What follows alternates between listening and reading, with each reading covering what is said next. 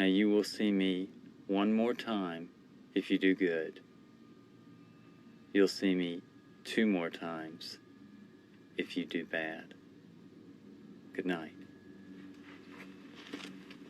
Hello and welcome to the Loose Butthole Reviews. I'm your host Smokey, and joining with me as always is my co-host Booge. Hello.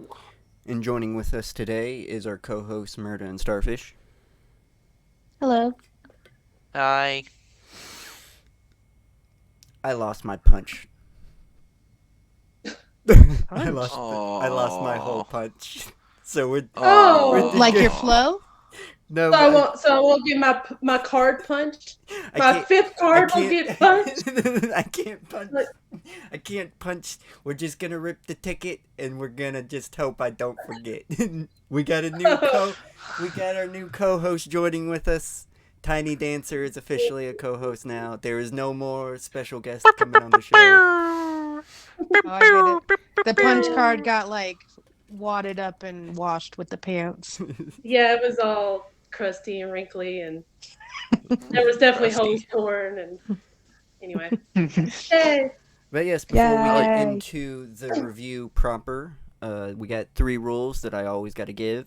First rule is our rating must be a fraction of 5. 1 means we hate it, 5 means we love it. Rule number 2, if we are disappointed and want our money back, we give it a good old Jeff Goldblum. I'm having a stroke. Rule number 3, if we all agree that it deserves a 6 out of 5, a God tier, then it will get a God tier. And today we're reviewing from 2001, Mulholland Drive. Yay! Oh yeah, boy! And you ready for this one? Before we get into it proper, we do have to give a shout out to Kyle3554.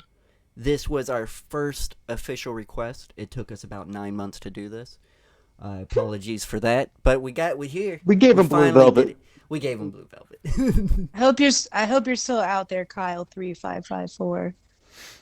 Yeah, and also, don't let the 9-month gap intimidate anyone else from making any recommendations. If you want to recommend something, we're gonna be a little bit more on the ball, ideally, with doing fan requests. Well, that movie was recommended before I joined, and as soon as I joined, I was like, all right, we gotta do Mulholland Drive. Yeah, and then when I started coming on, I was like, okay, I got to be a part of that. So then I feel like it was just like pushing and pushing till we can make it happen. Yes. Well, it took some finding too. It did take some finding. It wasn't available on you can go on Paramount Plus and get Showtime added to it to go watch this.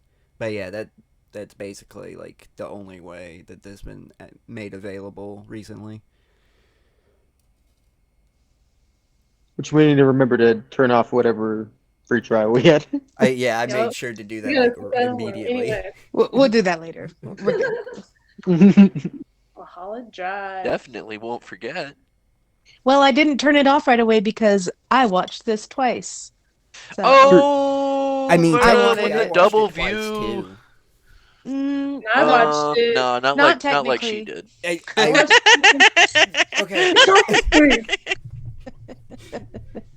But it does play a role. The way you watched it matters. Technically, I watched 2 different Mulholland Drives, but they're also the same. They're also the same. They are the same. They are exactly. We'll talk the about same. it. Okay.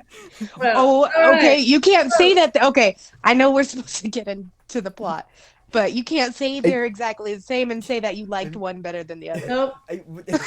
It doesn't make sense. Well, actually, okay, can we get into it later because that they use. Okay, I guess I have to be more specific in my wording in this. The scenes that they use are exactly the same. It's just that one has more footage than the other. Well, yeah. Boo! Okay. Terrible hot take. Let's Tiny Dancer lead it. Oh yes, Tiny Dancer is leading this one for her hostiversary. Hostiversary. Man, I got a thick one. That's for sure. You got a thick one. Hey, Yeah. the first one. I think the first one I led was Lawnmower Man, so I feel you. Yeah. Oh, that's a good one. All right. So Mulholland Drive. Basically, this is a story of an amnesiac woman named Rita. who's played by Laura Elena Herring, who's discovered by Betty, played by Naomi Watts, and together they try to figure out who Rita is and what happened to her. Because Rita is not her real name. Yep. There's a lot of names that aren't real in this film. So anyway, I guess we'll just go scene by scene, which hopefully will not take 3 hours, but it is already a 2.5 hour movie, so We'll do our best. we'll do our best. So we open up the movie with a dream sequence. In it, Rita is in the back seat of a car driving down Mulholland Drive at night. She's not driving. Obviously, the car's driving down that. She's in the back seat. I said that. Okay. When the driver suddenly swerves and crashes, Rita emerges from the wreck unharmed, but with no memory of who she is. It's a great way to kick off this film, that's for sure. And I do want to add Yeah. that Wasn't it a before car crash? yeah, that's what she said. But before the actual car crash, they did pull a gun on her and tell her to get out of the car. Oh yeah. Okay. Yeah. And then like it's another. two cars like 50s style teenagers were like racing and over like Dead Man's Curve Yeah. and Yeah. slammed into Rita's car. Yeah. And I would say which I basically heard went like well. it really does well to kick off this movie because it definitely puts you already in a state of confusion because we don't know how Rita ended up there in that car with a gun drawn on her. Oh, And also, just to get even more meta with it, her getting in the crash, definitely gives you more confusion and like, or it's that feeling it evokes, uneasiness. yes, and right before the car crash, we opened with a scene of people jitterbugging with no explanation. Yeah, We yeah, go I from think that was more jitterbugging artistic. people to car crash. Yeah, that's true. It went from smiling, weird, but happy scene to this one. So definitely, you're already jerked around a bit. We're setting Makes some sense for tones. watching Lynch. Where Yeah. that new rock and roll sound leads to is death of the youth. Well, this is it. This is it. Jitterbugging with the devil. Right. No. Yeah. So the car crashes, and the car's drawn. We do cut. She ends up like going to lay down somewhere on her purse because she has a concussion. She was definitely injured, but like in front of a house. I think that's when she actually. Did she go into the apartment yet? I don't think so. It actually Not cuts yeah, over. it's daylight when she goes to the apartment. She That's just right. kind of like passes out in a bush. Yeah, on her purse. I remember that. Yeah. Yep. Goes And to then- sleep with a concussion. Yeah. Sorry. Definitely goes to sleep with a concussion, which you're not supposed to do as someone who was just in a wreck and was a little bit scared that I had one. I Yeah. stayed up. Anyway, I did not have one. I'm fine. Then we cut over to Winky's, which basically looks like Denny's, just this old diner. Which Lynch loves diners, that's for sure, especially the '50s diners. Yeah, he definitely does. And I think that this Winkies was a Denny's in real life. Oh, okay. Yeah, it had the like the diamond shape of the Mhm. the late '90s, early thousands Denny's. Are we at the random scene with Dan and the other guy? We are at that scene. This I want to point this out scene- this is the first new scene for the movie. This is not in the pilot. Oh, okay. Yeah, I Nice. mean, I guess if we're gonna make remarks like that, we should. I don't know if we mentioned it. This David Lynch wanted this to be a TV series, and it was written for a TV series. Yes, it was The pilot- shot as a pilot in 1999. Yeah, and that Whoops. was not picked up by anyone. Nobody wanted it. I mean, probably. While Twin Peaks had its success, I think there was just it didn't fly out. It just didn't. Well, Twin it didn't Peaks actually take did David really Lynch's well. career, but there was, it's it's Twin kind of Peaks- hard to sell sometimes. Lynch Twin is. Peaks did super well, but there was such contention with David Lynch and the If TV if I'm not studio. mistaken, it was Right. ABC. It was ABC that Yeah, wanted that he was yeah, and trying to this sell was it to. Yes. he was And the trying to do reason, it. so they were actually interested again, and it seemed like there was, because I think ABC maybe was Twin Peaks too, and there was kind of a bad relationship in season 2. And I Yes. won't give any spoilers, no spoilers for Twin Peaks because Smokey has not seen it yet, but basically they forced David Lynch into things that he did not want to do. And he gave up control mid-season and then That's came right. back at the very end. Um, but he was definitely soured after that Yeah. experience. And then this is about 8 or 9 years after that, and like he was kind of excited to get started again and try again. But then he shot the pilot, and he said the person who had control over whether it was going to get aired or not watched it at like 6 a.m. in the morning while he was doing a bunch of other shit and just said no. So he basically wasn't Yeah, even watching he it was drinking it like it was very early in the morning, and he was drinking a coffee and watching it standing and up. not paying attention. Yeah, like Yeah. walking around the room, Well, not paying yeah. attention. Well, to make sense, Motherfucker, this Which motherfucker. you cannot do. it Like makes if you watch the pilot, you cannot like No, not you pay gotta pay the attention. fuck You will attention. like you. There's so much that like that. The pilot is so it much sounds different than the like movie. it sounds like basically David Lynch had. That's what I was saying. Like, I guess I was trying to get. I forgot about the whole contingency, but there was a spot on his resume, so to speak, or something. Like they probably knew that going into it a Yeah, little and I bit. think Lynch is Obviously. famously like his maybe not financial success, but cult following Oh, for success. sure. And this is not related to anybody. I gotta give David Lynch credit for being able to take footage for another project and completely turning it around and making a completely different project with the same footage. Yeah, I mean, Yeah, I mean, we can talk about. Let's now that we'll we've save mentioned it. We'll that save it. Yeah, that's what yeah, it we'll was. get to We'll it. get into it. But anyway, so there may be some remarks. There is extra footage that was added into it. He more or less, I think, from that interview I listened to, Laura, where Rita, who plays Rita, he basically just added that stuff to sell it, basically. Anyway, we're at the scene of the diner, and it's Yes. two random gentlemen. They aren't random. I don't. You guys can It tell. seems like a therapist and his patient. Yeah. Yeah. Okay. I thought it was a cop. It And doesn't. It So doesn't specifically say. It doesn't clarify.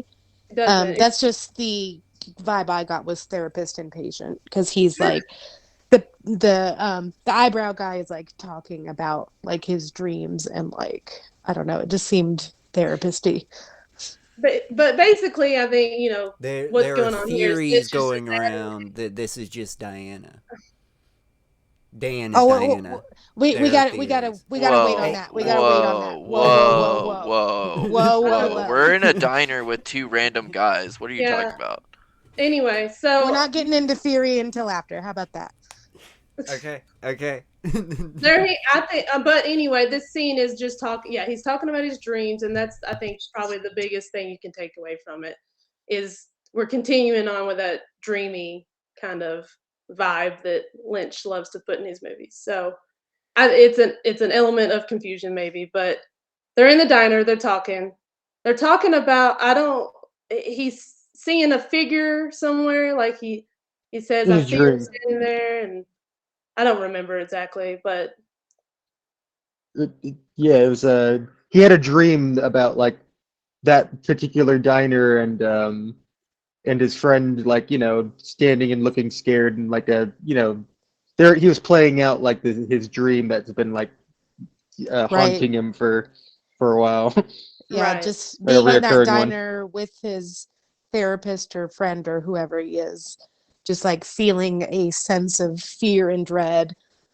Yeah. And then he sees in the back of the diner, like outside, he sees a terrifying face that he says he never wants to see outside of a dream.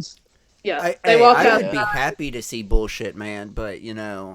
And a fly-in, I'd go bullshit. He's also gotten really sweaty when they walk out there. Like he looks like he's about to. Yeah, throw so up. they go out Now and we're calling the patient. he's brought the other man here to, kind of face this, to just play it out in real life and face this. Yeah. Anyway, so that's the scene. We see the woman, and then we cut back. Okay, and then we go to a scene of a man in a wheelchair who is in this room. We kind of just get pictures of a guy on the phone with his we don't get to see his face, but he calls the guy who's in the wheelchair, who we do see, who is also from Twin Peaks. I can't remember. He's the dwarf guy from Twin Peaks. But he's playing a real sized man in a wheelchair. And I don't remember what they say right there, but does anybody else remember exactly? I feel like it's something about like, oh, is everything set for her to have the part? Or yes, is it- everything's set. Doesn't he say that the girl is still missing or something? I don't. Maybe I don't. I just remember it being like related to finding the girl. So it could be. It could be that like she's gone missing. I guess I'm I might not be getting 100%. that mixed up, but also that is Michael J. Anderson, and The guy in the wheelchair. Yes, the guy in the wheelchair, and he is billed. He is named Mr. Roke in this movie, like a roke mallet. Sick. Wouldn't you? So Isn't it Mr. Rogue? It's Mr. Roke. Nope. Roke with a Q. Like a ROQUE. roke mallet. Yeah. So we gotta mention that he's like in like a prosthetic body. Like that's not his actual Oh body. yeah. They made it Yes, bigger. I mean the actor in real life is a little person, and he has a very long body in this movie. yeah, he's got a normal size. Oh, I shouldn't say normal. I feel like longer than normal. He's got Longer. It is longer than normal. Also, this is something that I would like to point out about this scene because of the repetition that we'll soon experience with this scene is that anytime Mr. Roke is on display, it is always far away from a slightly upward angle or close up from a slightly downward angle, thus like giving you like a forced impression of him being this like massive human, and he's not. And I think that's great. Just great cinematography by Lynch. Can I get into a little production theory that I got on these scenes with Mr. Roke? Sure. My theory is this is leftovers from when the series was originally supposed to be a Twin Peaks spinoff, he changed it from being a Twin Peaks spinoff. By the way, that's just what it was supposed to be. Those scenes were filmed as a Twin Peaks spinoff portions, but he reused them. I don't know that. Oh yes, but that's my theory. That is my theory because it did. Murda, didn't you mention that? So, not filmed. They never actually filmed the Twin Peaks specific spinoff, but this his idea for Mulholland Drive as a TV show did start out as a Twin Peaks spinoff with Audrey Horne in Hollywood. Sick. But that did not play out, and they did not film it that way. Once they started filming, it was already the Rita Betty story. So my theory Nothing to that do with debunks my theory. it. Does debunk your theory, but it did in his mind. It did start out as a Twin Peaks spinoff. Yes, Yeah, and he, there's a lot of and recurring. there's so much. There's so many similarities and like similar themes Yeah, it Yeah. definitely bled into this. Even though I've and never seen imagery. Twin Peaks, I've seen so many references to it that And Blue Velvet. I pretty much can point out when The Twin Peaks is pre-Twin being Twin Peaks. Peaks. Yeah. Mhm. Mm-hmm. All right. All right. So the next scene we're at the, I think, guess leaving the airport, maybe. Yes. We see Yes. Betty. This is the first time we see Betty. Well, the second time, but whatever. The first time we see her in the movie. Betty is just this wide-eyed, happy-go-lucky young woman, and she's walking outside with an older lady.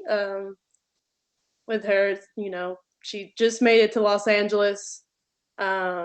She's with this older couple, like I said. They get in a car, and I guess they share a taxi, right, or something. They split off like from each other, Betty and the older Oh, they couple. split off. That's right. Yeah. Yeah, but she's basically saying like she's met these people on the plane. They just got to chatting, and Betty's basically telling them like, "Oh, I'm so excited to like maybe become a movie star." And then the older couple's like, "We'll be looking for you on the big screen," and like all happy and nice. And then they Right. split off. The older They're in. couple, The old people get in a limo. Actually. do Yep, they? they do. Yeah. Yeah. Don't They get in a limo.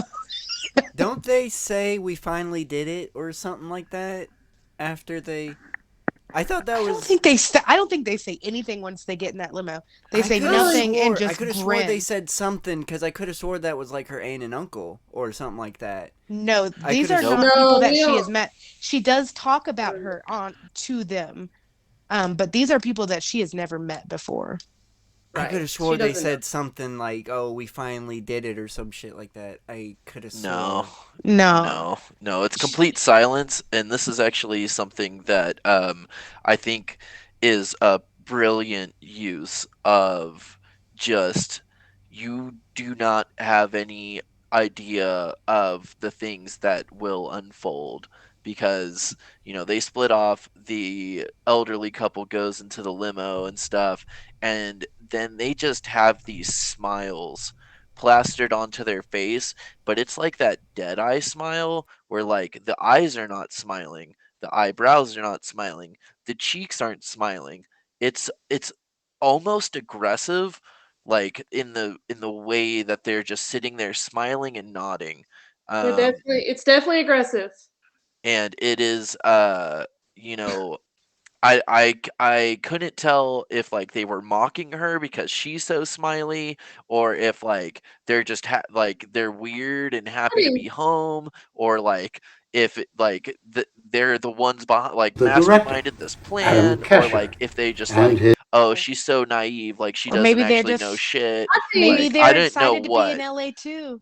Yeah, yeah, or it could be that too, and they It's just like have a bad simultaneously smile. It's like weird. creepy and hilarious at the I same never time. got the vibe that they were mocking her. Like I never got that. I think it's just a creepy element that Lynch was like, okay, be creepy. Well, he didn't say that, but Oh, you probably did. He probably did. like, I need you All to right, laugh guys. intensely. I need And creepy sneers. yeah, but anyway, yeah, it's an interesting scene. But what I gather from this whole first part of this movie is, you know, Betty is very excited. I mean, she's just very happy to be here, optimistic, bubbly. Yes, she is staying at her aunt's place while her aunt goes and films something in Canada. Right. So that's what the next scene is. They're going into the apartment, while her aunt, like you just said, is going to film in um, Canada. Where Betty is from. Betty says she's from Betty's from Canada. Canada. Okay, I didn't gather that, but Yeah. yep. Um, Um, so she gets to her aunt's place, and things start happening. yes, things do start happening. I guess somehow before this we skipped where Rita went into this apartment. So after she Yeah. had fallen asleep and with a concussion, she woke up. It was daytime. Before as the aunt is leaving, she sneaked into the apartment. I swear the aunt looks back and it shows Rita almost like you would think the aunt would have seen Rita, but she acts as if she don't. So I think that's kind of an interesting Yeah, thing. she almost like looks directly at her, but She doesn't almost see her. looks directly at her, but yeah, obviously she doesn't see. And then I think she's like, "Oh, I gotta make sure I didn't lock something up." She goes back to the apartment, but Rita's already hidden. Yeah, she's like hiding under a table. Yeah. But anyway, we fast forward. Now Betty is at the apartment and she goes in and Did yes, we things start did we mention the cops that show up for one scene and don't? I don't think we We mentioned those. didn't. Did up. No, Yeah. because that was Oh, during yeah. the car They were supposed to be tornadoes. more prominent in the like that. That was supposed they were gonna have more roles. Yeah, in the it's a TV really show. quick scene. So just like right after the intro car crash scene, there are two cops or detectives who they're checking out the scene and they notice that there is a pearl earring on the floor of the limo, but there is no woman accounted for. So they, the drivers are dead, the kids in the other car, they're all dead.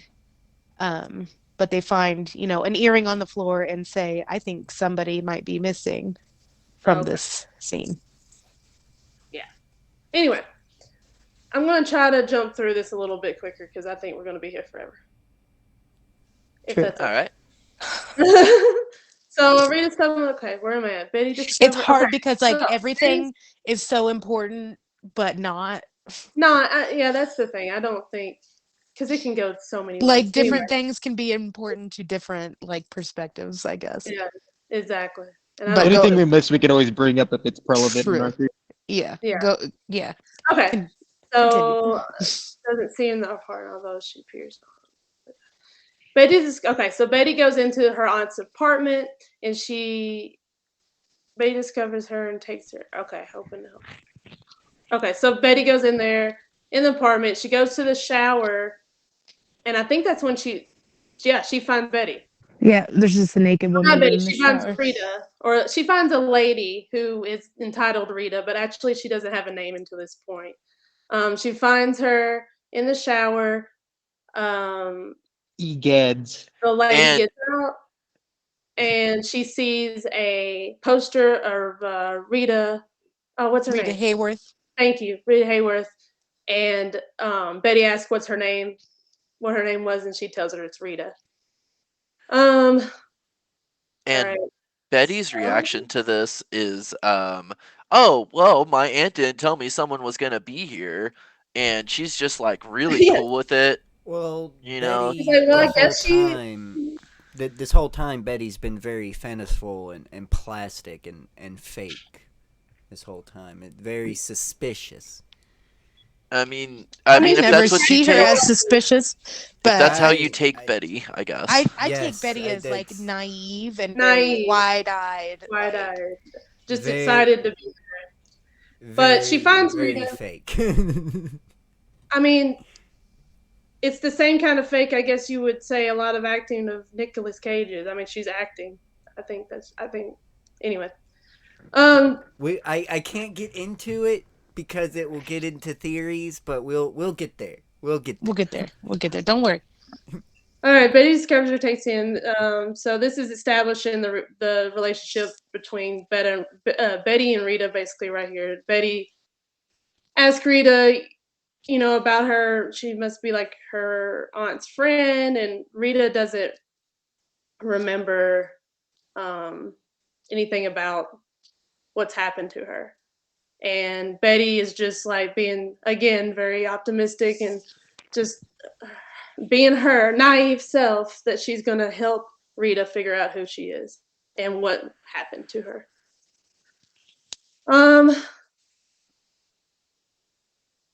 And I think in this scene they do look in Rita's purse because Betty's like, maybe you have identification. and they Mhm. see just Is that when they wads find the of money? cash. Yeah, Okay, yeah, wads they of find cash and wads of. a big blue key.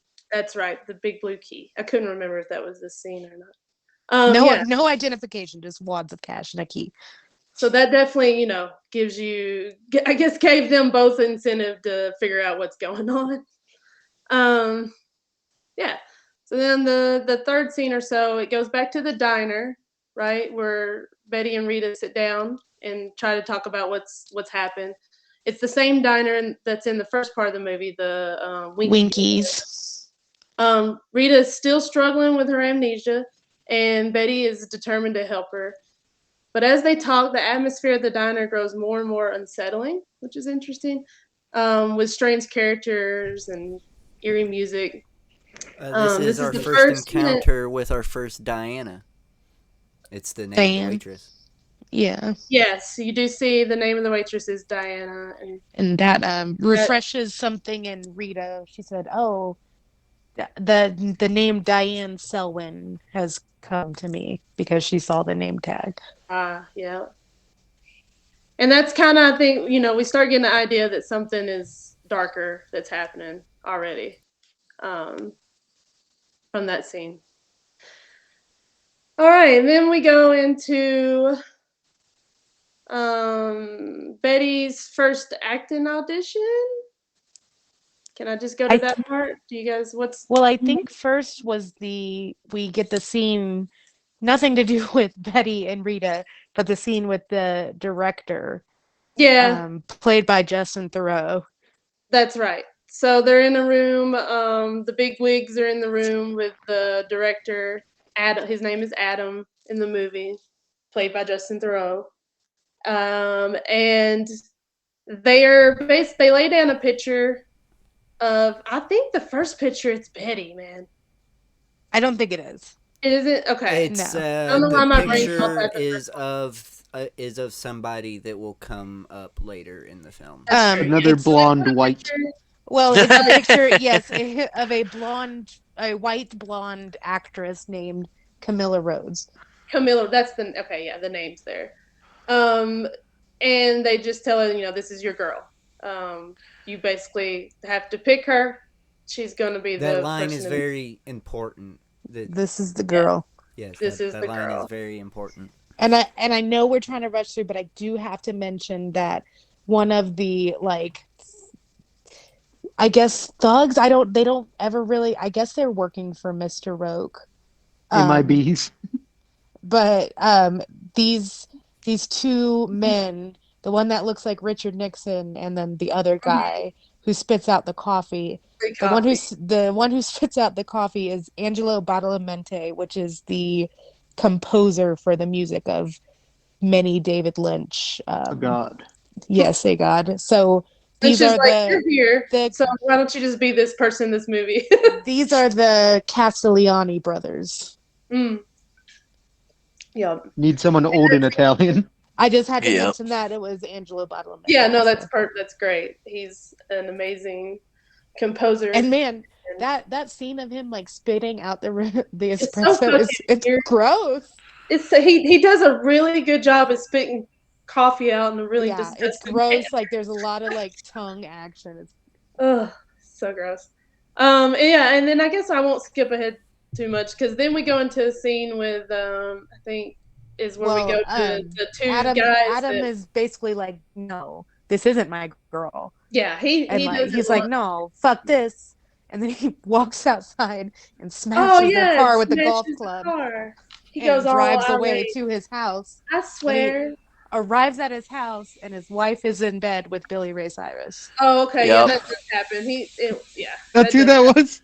Yeah. Yeah, that was Billy Ray Yeah. Cyrus. Oh, yeah. You didn't know that? No. I said. Oh, yeah, the pool boy that The pool boy his is wife was sleeping with is Billy doing Ray the achy Cyrus. breaky with his wife. Oh, Oh, yeah. dang. Adam's got an Achy breaky Adam's heart. wife. It achy breaky Adam's heart. He does, Yeah. and then Oh, and then I don't know if it just continues like this scene where Adam, like, he basically drives away. I mean, He's covered in pink paint because he's she covered tried in to paint because sabotage him. he tried to. I mean, he did. He poured paint all over her jewelry. Oh yeah, he did that. That's right. Yeah, But and then got before paint that, all over him. Got kicked out. We've Goes to a actually seedy skipped hotel. we skipped I ahead know a little I'm bit. trying to get We there. skipped it. I'm trying to. We skipped Okay. it. Give me a Adam. We got to rewind a little bit. Right after Adam smashes the car with the golf club, we go to the scene with Mr. Roke, and then we go to the hitman scene. Yes, I was Okay. trying to. Okay. Say Gotcha. I see all those scenes like in just one scene with Adam. Pretty much. Just to. I'm not gonna brush over this scene. It's two hitmen guys. We don't know that they're hitmen actually at this point. They're just two guys laughing, whatever. One of the dudes, they're like in this like apartment maybe or office complex. One of the dudes shoots the other one, just kills him. Kills him and takes the address book. That's it. Takes the address book. Tries to set up like it was a suicide. Accidentally shoots off his gun into the wall. It shoots a lady next door through the wall. She's like, "Oh my god, something bit me bad." This guy is why I want the. This guy is why I wish the TV show got made. I would have loved more because he was going to be. Their characters would have been good. Yeah. He would have been a great character. Yeah, I could see that. And then so he has a problem with this lady that he shot. So he starts fighting her, and she puts up a pretty good fight, but he ends up killing her. And then the janitor comes in. So now he's got another witness that he ends up. Does he shoot him? I think. Anyway, he sets the vacuum cleaner that the janitor had on fire. Because he shoots it to turn it off like an idiot. It's a nice little scene here. Spooge and I were saying it's very Coen Brothers, this scene. Oh yeah. yeah, it is. It really is. Yep. Anyway, and then we get into there's more of Betty searching for Rita stuff. We find out Billy Ray Cyrus is sleeping with Adam's wife or the pool boy. And then we go to the diner where Rita sees Diane's name on the waitress, who is also blonde with short hair. Then we go. I'm gonna skip over some.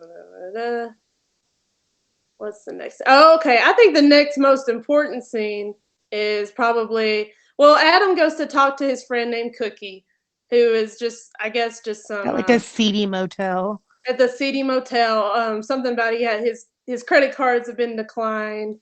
Stuff is happening to Adam that's not good. Basically. And he's like, they're telling me I have to pick this girl, I don't want to, yada yada, I don't know. Even though his secretary is totally into him, and he is not reading that at all. He just tells him to meet what was he called? I think Tiny Dancer just said that. The secretary does to tell him that he has a meeting with the cowboy and wants to know if he'll accept the meeting. He's just called the cowboy. Yeah, he's just the cowboy. The secretary, that's what the secretary says. Okay, so fast forward, he does accept it because he's like, fuck it, why not? Who doesn't want to go see who the cowboy is? So let's talk to Cowboy. So he does. He goes to talk to Cowboy, and this is one of my favorite scenes, and it's so there's so much it's so David Lynch. It's so like very Twin Peaks vibe to it too for me. There's a very important especially when you pull in like the lodge. The very important line in the scene. Okay, well, he talks to the cowboy. This cowboy comes out, and he's almost this zombie of a person, and definitely, I guess, is a cowboy, but is like the most uncowboy cowboy you've ever known. I mean, he's like, he's like Hollywood cowboy. He's got like a way too large hat that no cowboy would ever wear. Cowboy look was the one he saw. Oh, and did anybody who played the guy that played this is actually like the producer of something. Yeah, he's not an actor. He's not an actor, he's a producer, I think. He also has no eyebrows. He definitely does. He's a Might be a little bit scary of alopecia. He also He says does look a little something. like He says something along the lines of, "If you see me once, something good will happen, but if you see me twice, something Oh bad's no, gonna it's happen." he's convincing Adam to choose the girl that they set up, and he says, if you do good, you'll see me one more time. But if you do bad, you'll see me two more times. yeah. Yeah. Yep. Yeah. And there's like I'll- probably a bazillion theories on this scene, but we'll get to it later. But go ahead. The cowboy is Monty Montgomery. Thank you. And His He's a name's Monty Montgomery. he's Yep, got that's two his birth name. first names. Two last names. And yeah, he was a director, screenwriter, producer. In the period of 1978 to 1980, he made his debut as a quote fringe producer and collaborated with the independent director Marcus Reichert, casting rock stars such as Mick Jagger for the role of Antonin Artaud in Wings of Ash, pilot for a dramatization of the life of Antoine Artaud. God, that's a huge title. And Deborah Harry, with Blondie. Debbie Harry. Yeah. Yeah, Deborah Harry. And Pinky. yeah, so he is essentially a producer of weird pseudo art, pseudo B, and I mean, this is C films. something that Lynch does a lot. Just he sees yeah. somebody and he likes their look and is like, just we'll make a role. Yep. Yeah. He did that with Rita or Laura. Yep. And in Hardy. Twin Peaks, he did that with Bob. Yep. Yeah, he tends to, have a vibe, and then he just kind of rolls off of vibes, which is amazing. Okay, so yeah, sees the cowboy and talks to him, does that. The next scene is we go back to Betty and Rita, and Betty is practicing her lines for her audition with Rita, and it's good enough. Like we're seeing, when I first saw this scene, I remember being like, "Whoo, Betty's very optimistic and happy-go-lucky, but she is not all that great of an actress." We're not supposed to be paying attention to the act. We're supposed to be paying attention to the lines they're saying, because the lines that they're saying is kind of like foreshadowing, basically. What? Yeah. I mean, I think the It acting is. is a component as well. Maybe. I think the acting, Yeah, both are. It's the line. Both- I know for a both fact things the are lines important. the lines are foreshadowing heavily to what's going to happen. The lines at are the end. foreshadowing, and the acting is supposed to be bad. I didn't even realize the lines were foreshadowing. Oh yeah. I tend to focus more on the feelings that are evoked with Lynch, I've but watched a couple of I watched you've a watched couple of it more, yeah. breakdowns, and I did Okay. watch. That's interesting. I watched the pilot. I can't say that I watched it more than you. I watched the movie and the pilot. I've only seen this movie twice, so yeah. But anyway, they're having a good time. She's doing her lines, but yeah, what stuck out to me is in general, she's not acting very well. It's well enough, I mean, it seems High like school theater. the lines are Okay. shitty. It seems like melodramatic and Melodramatic, yeah, Yeah. just basic. they're laughing about how the lines are terrible. Yeah, they Yeah. are. They're picking fun at it, but Gotta still say happy-go-lucky. too, Uh-huh. I love the meta-ness of this, of like two actresses doing some faux acting before they do an acting audition. Like I love like the triple layer of meta that is this scene. Oh yeah. Yep. You get a lot of that with Lynch, that's for sure, especially in this movie. Yeah. Okay. Yeah. And then I think basically she goes to the audition. And in the audition, she's in front of producers, some of the same faces we saw in that room with Adam and the big wigs, but with an addition of like two women. who are there too. One who's Daria, or I don't want to keep interrupting, but also this production that she's going to audition for actually doesn't have anything to do with Adam.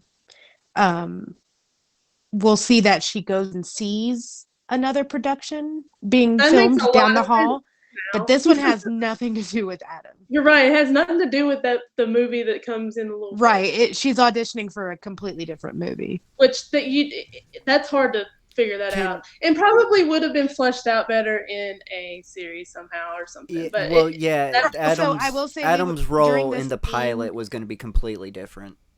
Well, during this scene when we were all watching together in person, like we were kind of talking and missed some stuff. Okay, so she does the thank you. She does the audition. She and it is so she runs the scene with a very orange, fake tan, old man, creepy dude who's like, "We're gonna do this close." Yeah, he's grim. With the other girl, or the last girl, or something. Yeah.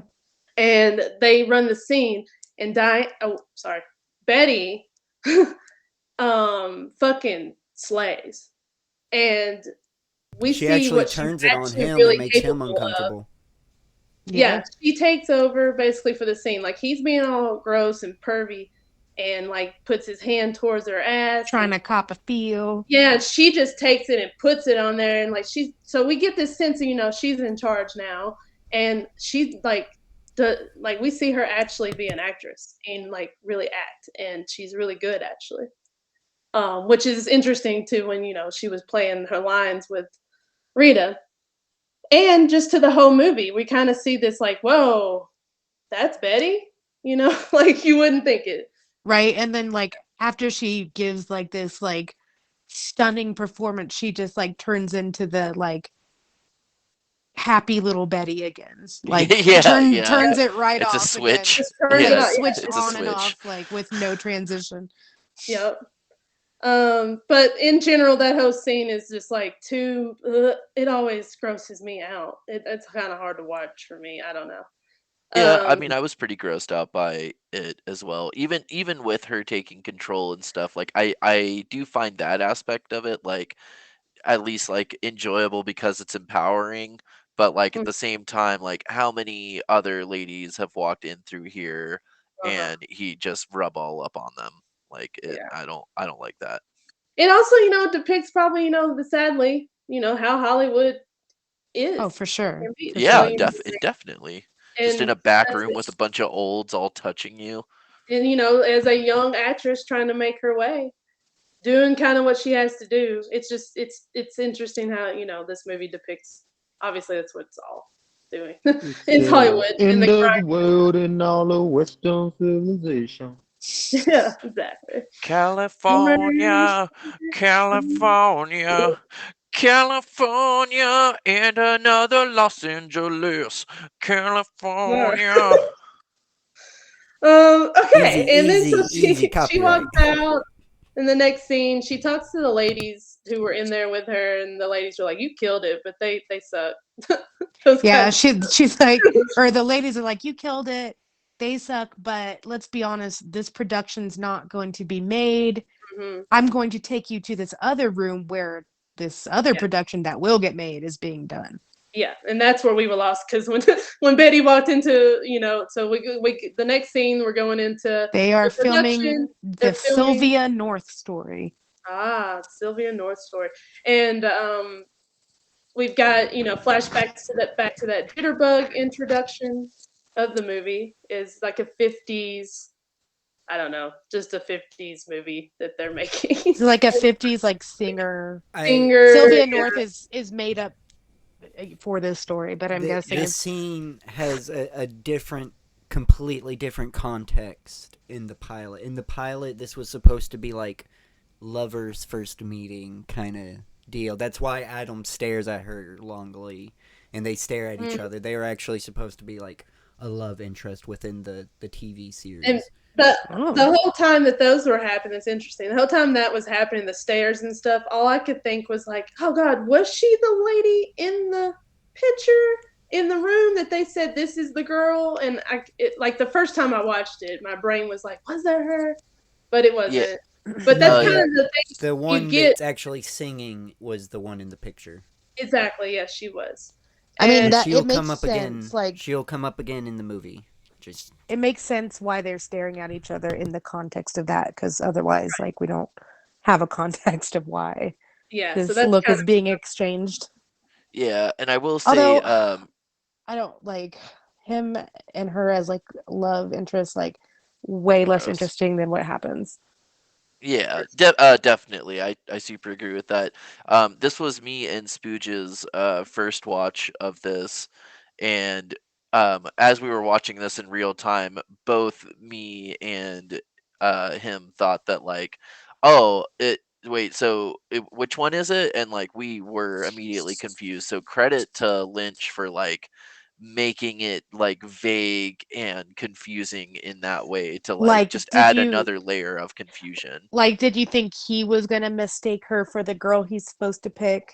And there'd be Yeah, like a Mhm. switcheroo and he'd be like, oh that, shit. that's yeah, kind of my like first sort of thoughts when I saw it too, was something like that. yeah. That's exactly what I thought was happening. I was like, wait, no, this isn't like I couldn't tell like which lady was supposed to be the right lady at that point Mhm. in time.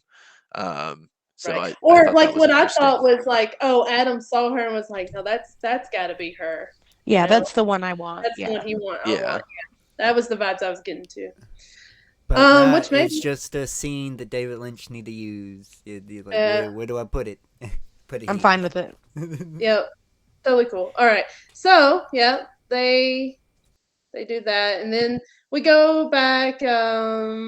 Rita and Betty. We're going back to the apartment, but they're being watched by I think two guys in a car, maybe two cops or something, and so they're kind of being sneaky, trying to get back into their apartment.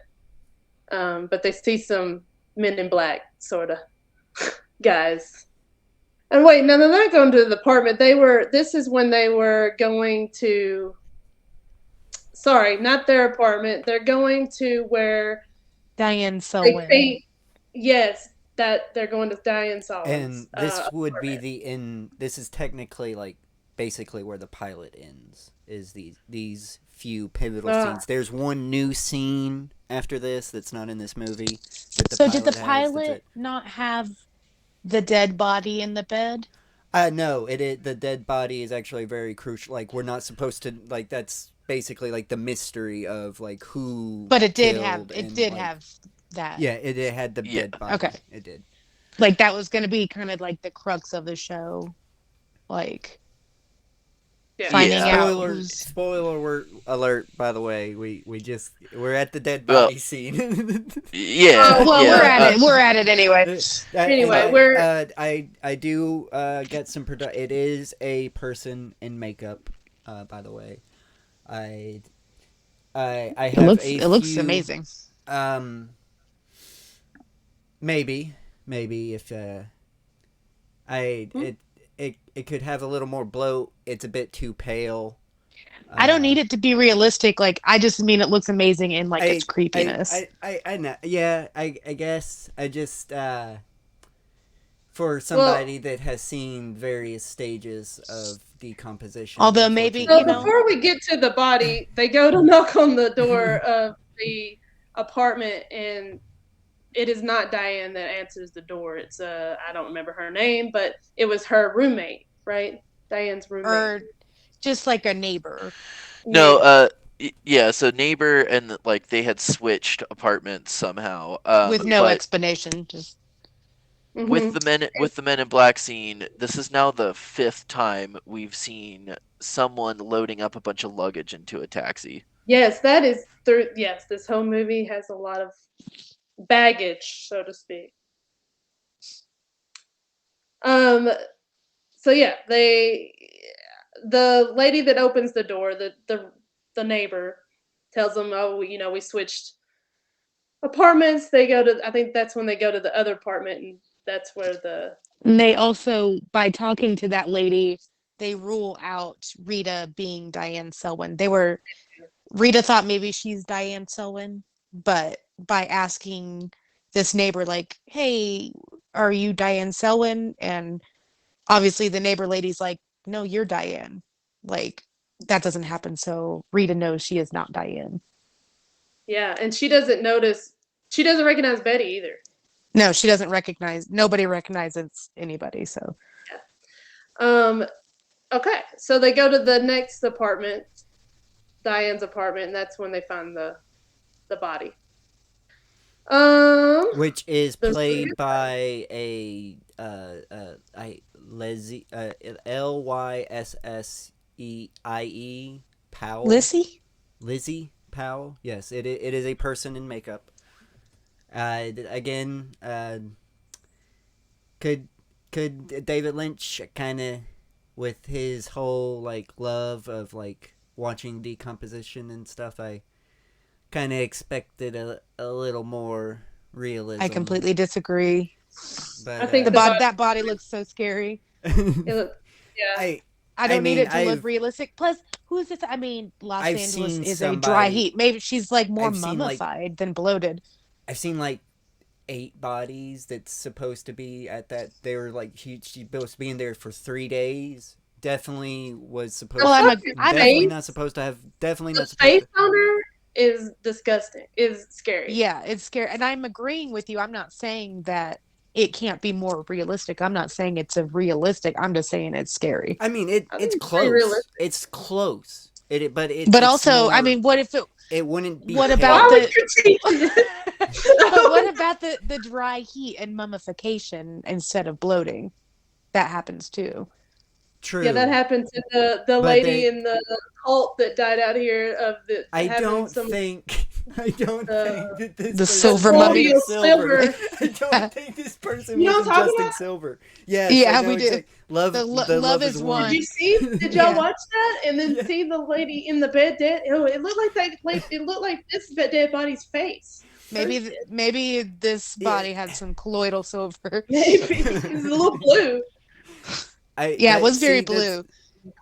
That's the problem. Like it's just there was paleness to the body, and there was no bloat. There was no bloat whatsoever, and you're definitely after 3 days. Now that we've dissected that, maybe it wasn't dead enough. We don't know. Time is wibbly wobbly in this movie. Okay, so then we cut to. They go back to, later in the day. Rita wants to cut her hair. Can I get into the pilot real quick? The pilot, what was happening in the pilot here was, I believe the dead body was found in Rita's apartment. And she freaks out and changes her hair. And then it ends with the shot. Because she thinks, like, maybe someone's after her. Yeah, and then it ends with a shot of the shit man that's not in the movie. And that's how the pilot ends. Then the pilot's over. Now we're all in everything's Dookie Man is in the movie. Yeah. Yep. Okay, so then, we go back. Betty and Rita are at their house, or the apartment. And the shot of the shit man isn't... The shot that they use in the pilot of the shit man is not in the... It's not the same with the blue box. He doesn't have the blue box in the pilot. Yeah. Okay. That blue box probably... he threw in to make it seem something. Anyway, we get to the sex scene, basically. Betty and Rita have sex. Before that, they put her. Betty puts Rita in a blonde wig. They go to the. Do they have sex before she changes her hair? No. She changes her hair. She doesn't even actually change it. She just puts on a wig. Yeah. It's just a wig. And she's like, I can do something. And it's a wig that looks basically like Betty. Because I thought they went to the theater first. Not yet. No. Theater is post-sex. Okay. Yep. So then they sleep together. Do I have to rate this scene? I rate it lawnmower. No, I don't. No. The scene of I can't. Two women having sex. Betty's never done this before. Smokey doesn't get to rate this scene. I just don't. I mean, it's a fine scene. And then I feel like there was disdain for this scene that I didn't have. Yeah, I didn't have also no didn't disdain have it. for it. I didn't. I didn't. I liked this scene, like not in a like a perverted way. I thought it was like gentle. Well, it was fine. sweet. It It was- seemed sweet to me. Yeah, that's what I was gonna say too, Murda, because like the way that it happens is just like, I think both of these actresses are just like full caliber, like showing like that Oh, I first remember. initial like connection between themselves and the Yes. vulnerabilities that like they've shared up to this point, and like I really really loved the way that it was shot. Like it made sense, it fit well, and it didn't feel like, oh, it's like it didn't feel like the traditional, like, oh, it's two girls, like, No. you know what I So, mean, like that and I think horny there's a douche reason for dude kind that. of shit that Yeah. happens I was sometimes. gonna Yeah, say it didn't. But there is my rating was gonna there's be a the scene reason was for really that. realistic, but Yeah. Okay. Well, I we believed didn't it. know. I I believed didn't want anything to be said that was weird. Anyway, not that it would be, You're on but the That on the was- wrong show. Yeah. So, well, not weird, but I don't know. You didn't weird hear a lot of ways, okay? You didn't hear the whole conversation we had about Lawnmower Man sexy. Yeah, no, she hasn't heard But that. there is a reason production wise for that sweetness, I think, and that gentleness. So apparently, the lady or the actress that played Rita, Laura Haring, she did not want to do this. She didn't want to be nude, which she was nude, and they blurred out, because they did blur out her the vulva area. Yes, because she didn't want that, and so well, I'm glad that they did so that for Lynch her at was least. respectful with her, and but she did do it, and they were both like, Naomi Watts is also a very fresh actress when this is kind of like her debut. Yeah, we'll talk about her And later. anyway, they did this scene, and it was very vulnerable for both of them. It was awkward because they were friends by that point. It was a lot of things, and Laura did not love it, but thought it turned out really well as far as just how the scenes turned out. So she was happy with it. But I don't know about Naomi Watts, but definitely Laura didn't want to do that scene. So I think that shows up, as through Rita and Betty a little bit. Not that they didn't want to do it; they played that very well. Just the vulnerability of it. Yeah, and I mean, I think that like that actually transferred over onto screen like really really well. Like exactly. I super appreciated that in the film. And also too, like I was like, is the whole time, like before this, I was like, oh man, like they're getting so close to each other and stuff, and like I was kind of not like taken aback by any means, but just all like, oh, like it was good. Mm-hmm. Rita did it was feel nice. it Yeah, it was it was very nice. nice, but It was I nice. did feel Rita's uncomfortable. Like there was an uncomfortableness in Rita that I felt. The whole Yeah, time. I thought there was in both of them. Yeah, I And felt like, both of them with you that. know, they basically Naomi was or Betty is like, have you ever done this? Rita's like, I don't know.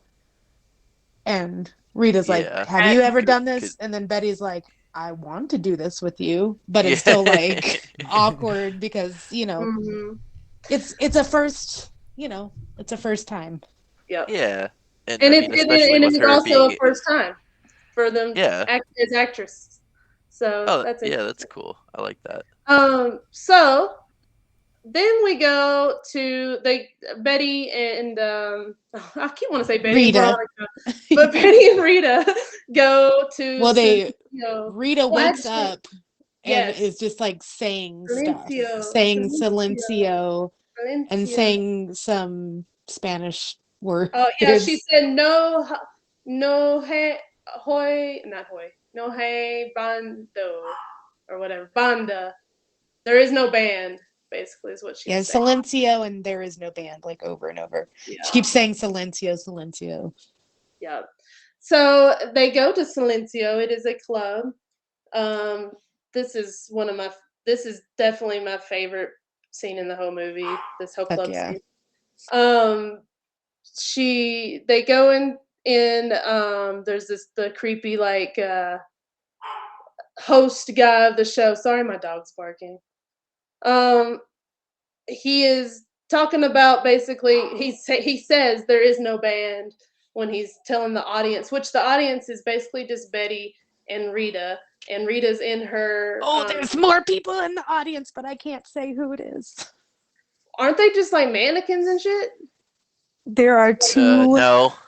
I'm not gonna say who it is. There are two We'll talk about women. it.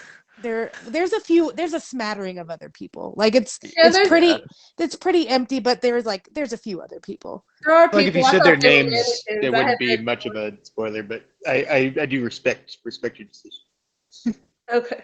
Good on. Yeah. So the guy. Well, first of all, there's like fake lightning in the show, and Betty basically has a Caesar. So that's interesting. She must be epileptic. And Yeah, then and the guy is basically saying like this is all recorded.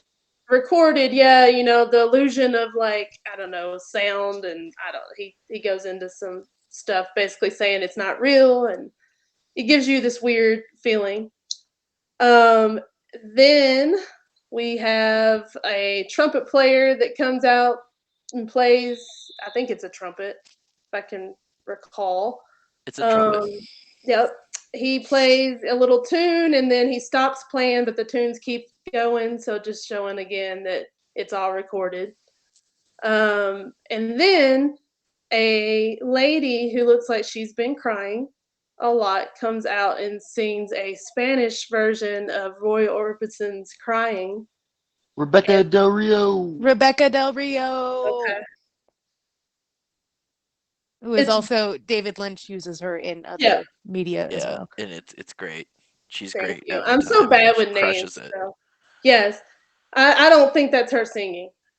But that is her singing. Is that her singing? I mean, in the context of the movie, or like, she's not singing. That's her well, actual I don't know song. But yes, That's what her voice actually Rebecca sounds Del like. Rio is like that. She is a singer. Yes. Yeah, that's what her voice actually sounds like. Okay, that's what her voice sounds like. Okay. Oh God, yes. Yeah. Anyway, she sings the most awesome version of that song. It's beautiful. I started crying the first time I watched it. It's a really powerful scene. But then she stops singing and obviously it keeps singing on because she collapses. She does. She collapses. That's right. Yeah. She collapses and they drag her off stage while her voice is still singing. We should also I think say it's supposed to be symbolic for her character in the play died, because this is like a theatrical like performance that's going on. And our main characters are also sitting there kind of embracing each other, crying as well. Mm-hmm. Yeah. A lot of cat crying. It's a very powerful. And then for some reason they check the purse. They do. Probably. They check the purse and they find a blue box.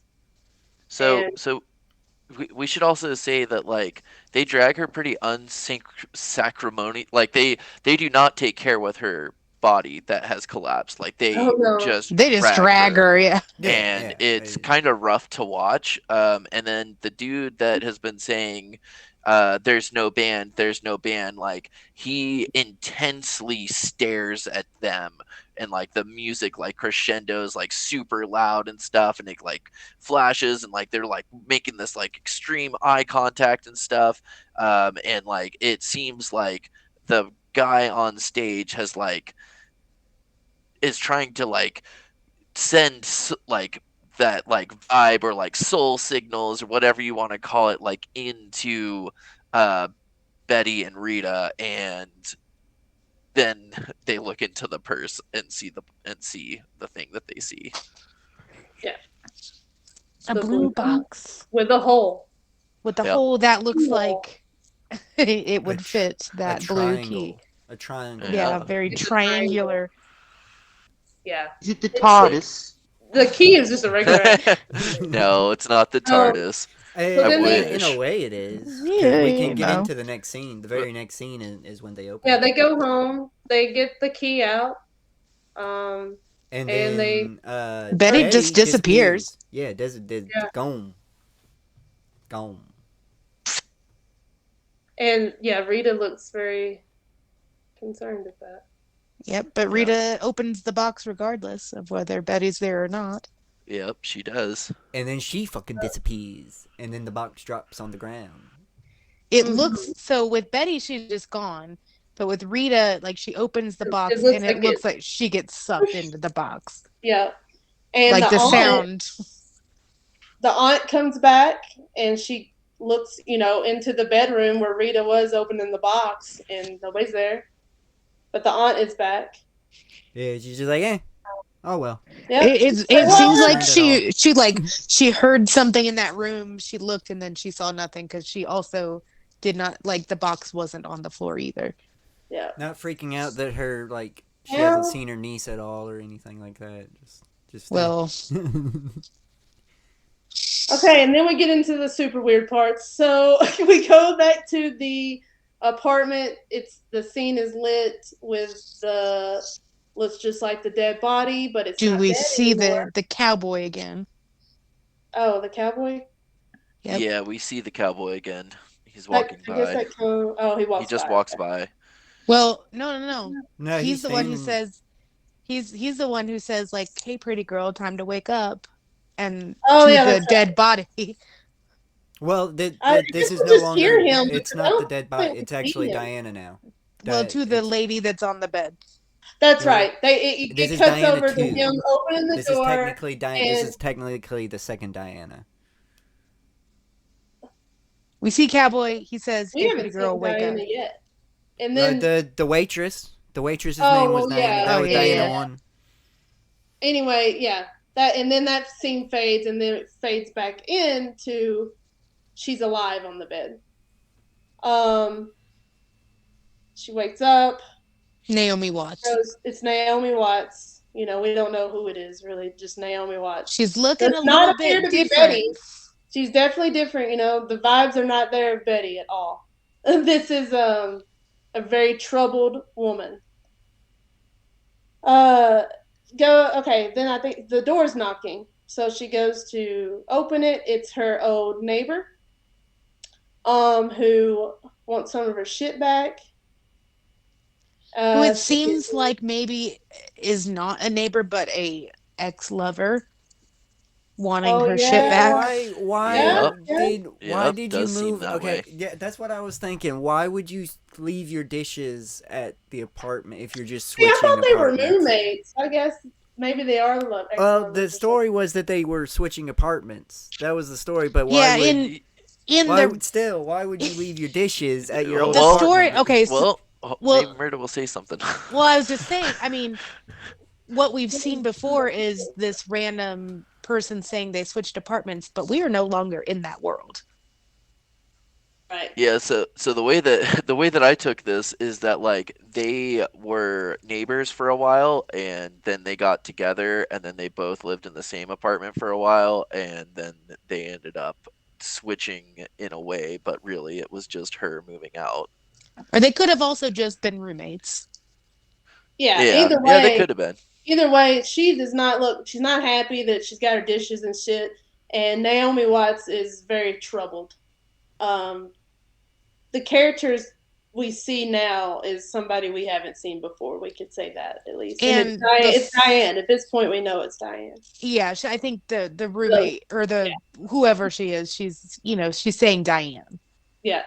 And she gets her shit back. We notice a piano ashtray on the table, and the roommate or lover, whoever she is like, "Hey, that's mine too." But when we pan over to the table, we see a blue key sitting on the table. And it's not a triangle. It's not a stylized blue key. It's just a normal blue key. But it is blue. And then, she leaves, and then a really interesting scene is Betty walks over, distressed looking, or just depressed looking, to the window, sits there for a minute in front of the sink, turns and there's Rita or Camilla. Camilla, I guess. because she says you're Camilla. back. Yeah, you're back, I think is what she says. Yeah, you've come back. You've come back. And she's like super happy. We see a little glimpse of maybe Betty, in Diane.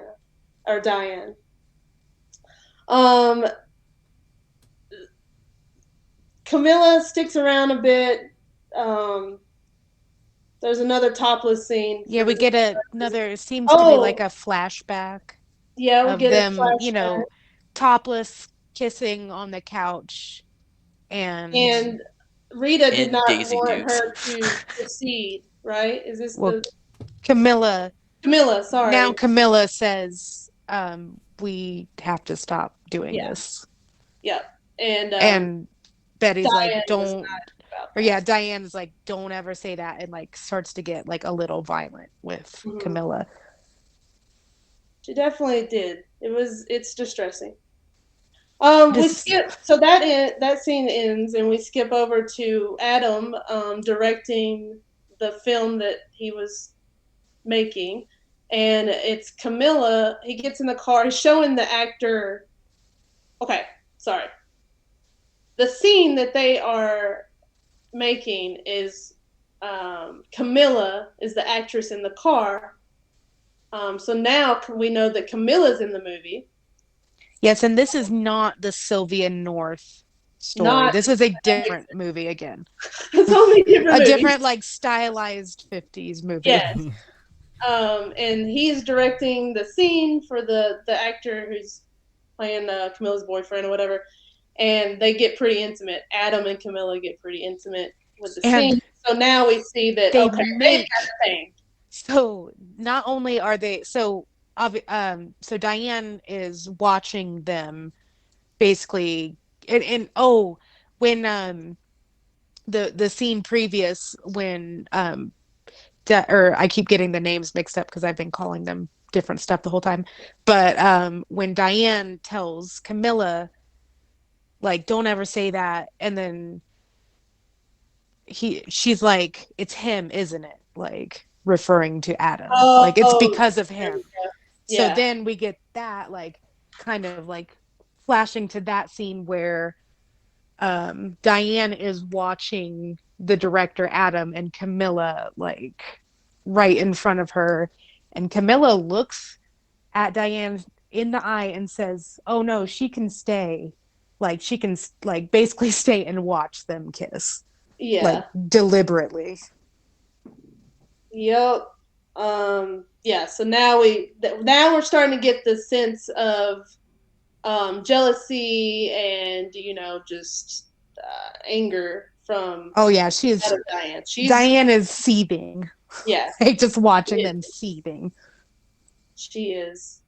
Next scene. Okay, yeah, now it just starts getting quick and we get, like, this whole sequence is very might be quick. flashbacks, but may not be, and, like, it's a bunch of flashbacks, like, sort of. Compared to the rest of the film, like, this is super fast as to, super like, fast. That just and now we kind of know why with the pilot and everything, honestly, but it does give you distress and, like, oh, what's going on? And there is a pace I don't think it's a bad pacing, really. No, it's like basically like it's like snowballing. It's an avalanche. So yeah, there's arguing kind of between Camilla and her, and then then we get to the scene. They kind of have a little fight thing, and then it's Diane on the couch in a very, very low moment in her life. Yes. Crying while masturbating, which I actually liked this scene a lot too. Well, it gives you some feelings, Isolate that audio. The scene is just, like, extremely raw and, like, emotional. It is very raw and emotional, yeah. Okay, I can't disagree with you. I feel it was a little bit unnecessary. I don't. Like, it just, like, showing her at her, like, she's, like, both angry and heartbroken and, like, trying to, like, fantasize something. about them while masturbating, but it's just not working. She's just sobbing. Like, At a it's very just like a very low uh-huh. point, and like You I didn't think it was unnecessary. I can see how you would, but like I don't know. I've never seen a scene exactly like this. we now know, if we didn't know already, like this was supposed to be an ABC show, and then it went straight to HBO. Well, these are all new scenes. This is all new. Yeah, this is all I yeah, new this know, wasn't I know. gonna scenes. That's be what their I'm show. saying. This It's like, yeah, we went from Hey, ABC this could have straight been on. This could have to been on HBO. Showtime now, with Twin Peaks: A Return. So Yeah, Yeah. This is definitely up there with my favorite disturbing masturbating scenes. With up there with Lighthouse. Yeah, yeah, totally. And I mean, I think that's something like at least the way that I took this was just like so much tragedy has happened so quickly to this lady because again, we have like no time of reference for any of this. So like this could have been like a week that she had, I don't. and just like feeling so numb, like just wanting to feel anything at all, I know this is you a know. weird way to come at it, but it's just too personal of a moment for me. I guess. I mean, that's for it why to I be liked No, it. I more. yeah, guess. that's why I like it too. And it like, if definitely I'm, gives. I just think like if I'm walking in on that scene, like it's. Mhm. It's not like a scene you can just This walk away from. It's like, Oh, I liked it because it Smokey. was And in that Smokey way, didn't. I think it is an amazing scene. That's what what it was supposed to like, do. and I'm not trying to be Spooge is perverted. trying to I'm chime in here. Yeah, I know. I haven't heard much from Spooge, so I want to hear what he's got to say. I just I didn't mean to interrupt your point, but now you understand why my feelings on the movie 13, which I had way more of an issue in that film than I did with this one. This About was it being just this like, scene I don't was want to be here. I don't know. Like for me, this scene, you're talking I didn't about think it yeah. was. Oh, we didn't go into that scene, but I did some research on that scene. There was a lot of tape around that scene that you're talking about in 13. There's a lot of tape. I just met that whole movie. Yeah, true. But there's a All right, specific we're almost scene I know. done. So let me just get through this. So Diane gets a phone call. She's basically said like, "There's a car waiting for you. Get in it." I think it's Camilla that called her. It's Camilla. She's like, I really Um, want you to be here for this. Like I have an announcement. yeah. Like I want you to be here. So Diane gets in the limo. Looks like the same limo we've seen through the whole movie. Is on Mulholland Drive. Slow drive up. Yep. Yep. Stops on the side of the road, and Camilla Where the accident was. Yeah, where the accident was. Camilla meets her. They walk through the secret garden, up through the little bit of the woods. They come up on the back of Adam. We know it's Adam's house because it's the same pool. It's the same house where Billy Ray was. And it's a party. There's a party going on. Adam meets Camilla and Diane to greet basically just Camilla. Does a toast and then is like, "Hey," to Diane or whatever. Like didn't acknowledge her really at all. Yeah. Yeah, there's a lot of tension between the three of them. Camilla is like, you can just tell is just like done with Diane. Yeah. Effectively, Coco's there too. Effectively at this point, cut coining her, like forcefully cut coining her. Mm-hmm. Yep. Yes, being code and everything. They go into the party that you get the same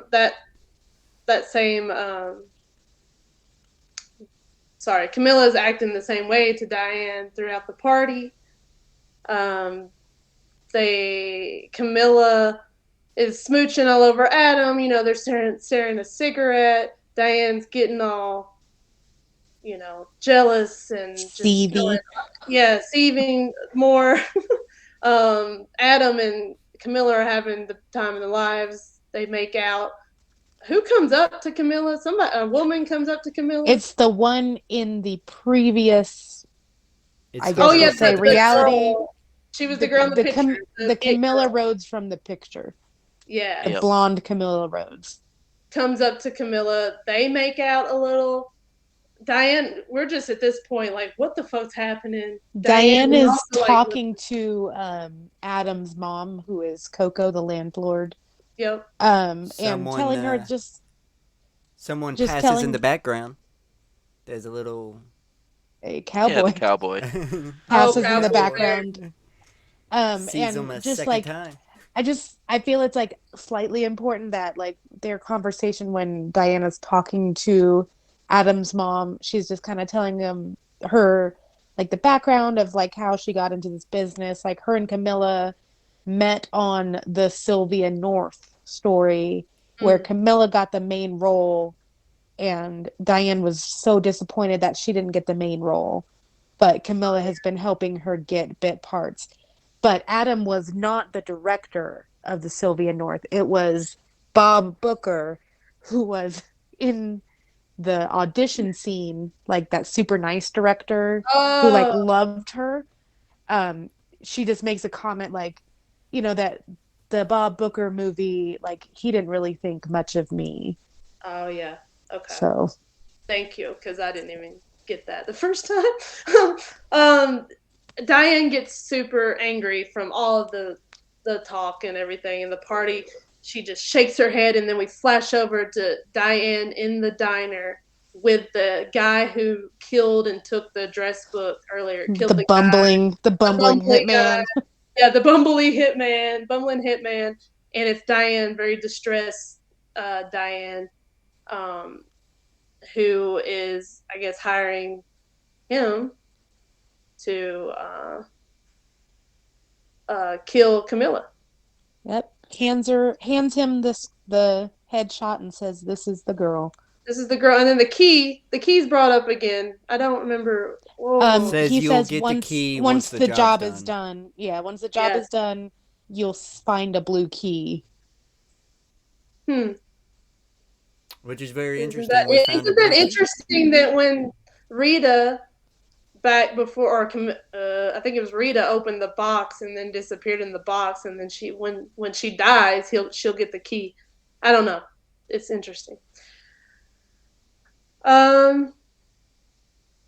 Okay, then we go to Diane, who basically just has this whole nervous breakdown, sitting on the couch. She just starts going crazy and very distressed. The little somebody's knocking on the door again. Somebody knocks on the door, and that's when the couple, the old couple from the beginning, crawls like tiny little crawl people out of the blue crawls box. under the door. Well, they crawl. That's when we see Dookie Man again. So the bum from Winkies, we see the bum from Winkies with the blue box. The blue box gets dropped on the ground, and the little tiny old people crawl out of the blue box. Oh, okay. I thought they did come out of the door, though. Yes, they then come under Diane's door when someone's like slamming, like banging on the door. Yeah, they crawl under the door. Like, yeah, they're all mad. Doesn't the movie end with a shot of the Dookie Man holding the blue box? Maybe. The little old people get bigger. They chase Diane. They're like laughing. They're laughing at her. They're like terrorizing. They're like angry. They're running after her, chasing her into the bedroom. Diane runs in the bedroom, gets in her nightstand, grabs her gun, and shoots herself in the head.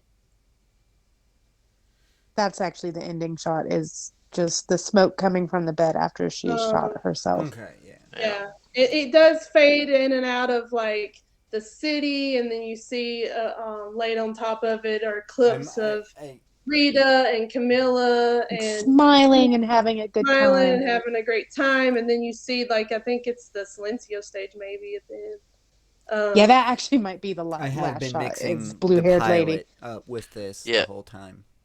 Yeah, it's the blue-haired lady. We get a close-up of the blue-haired lady, and all she says is Silencio.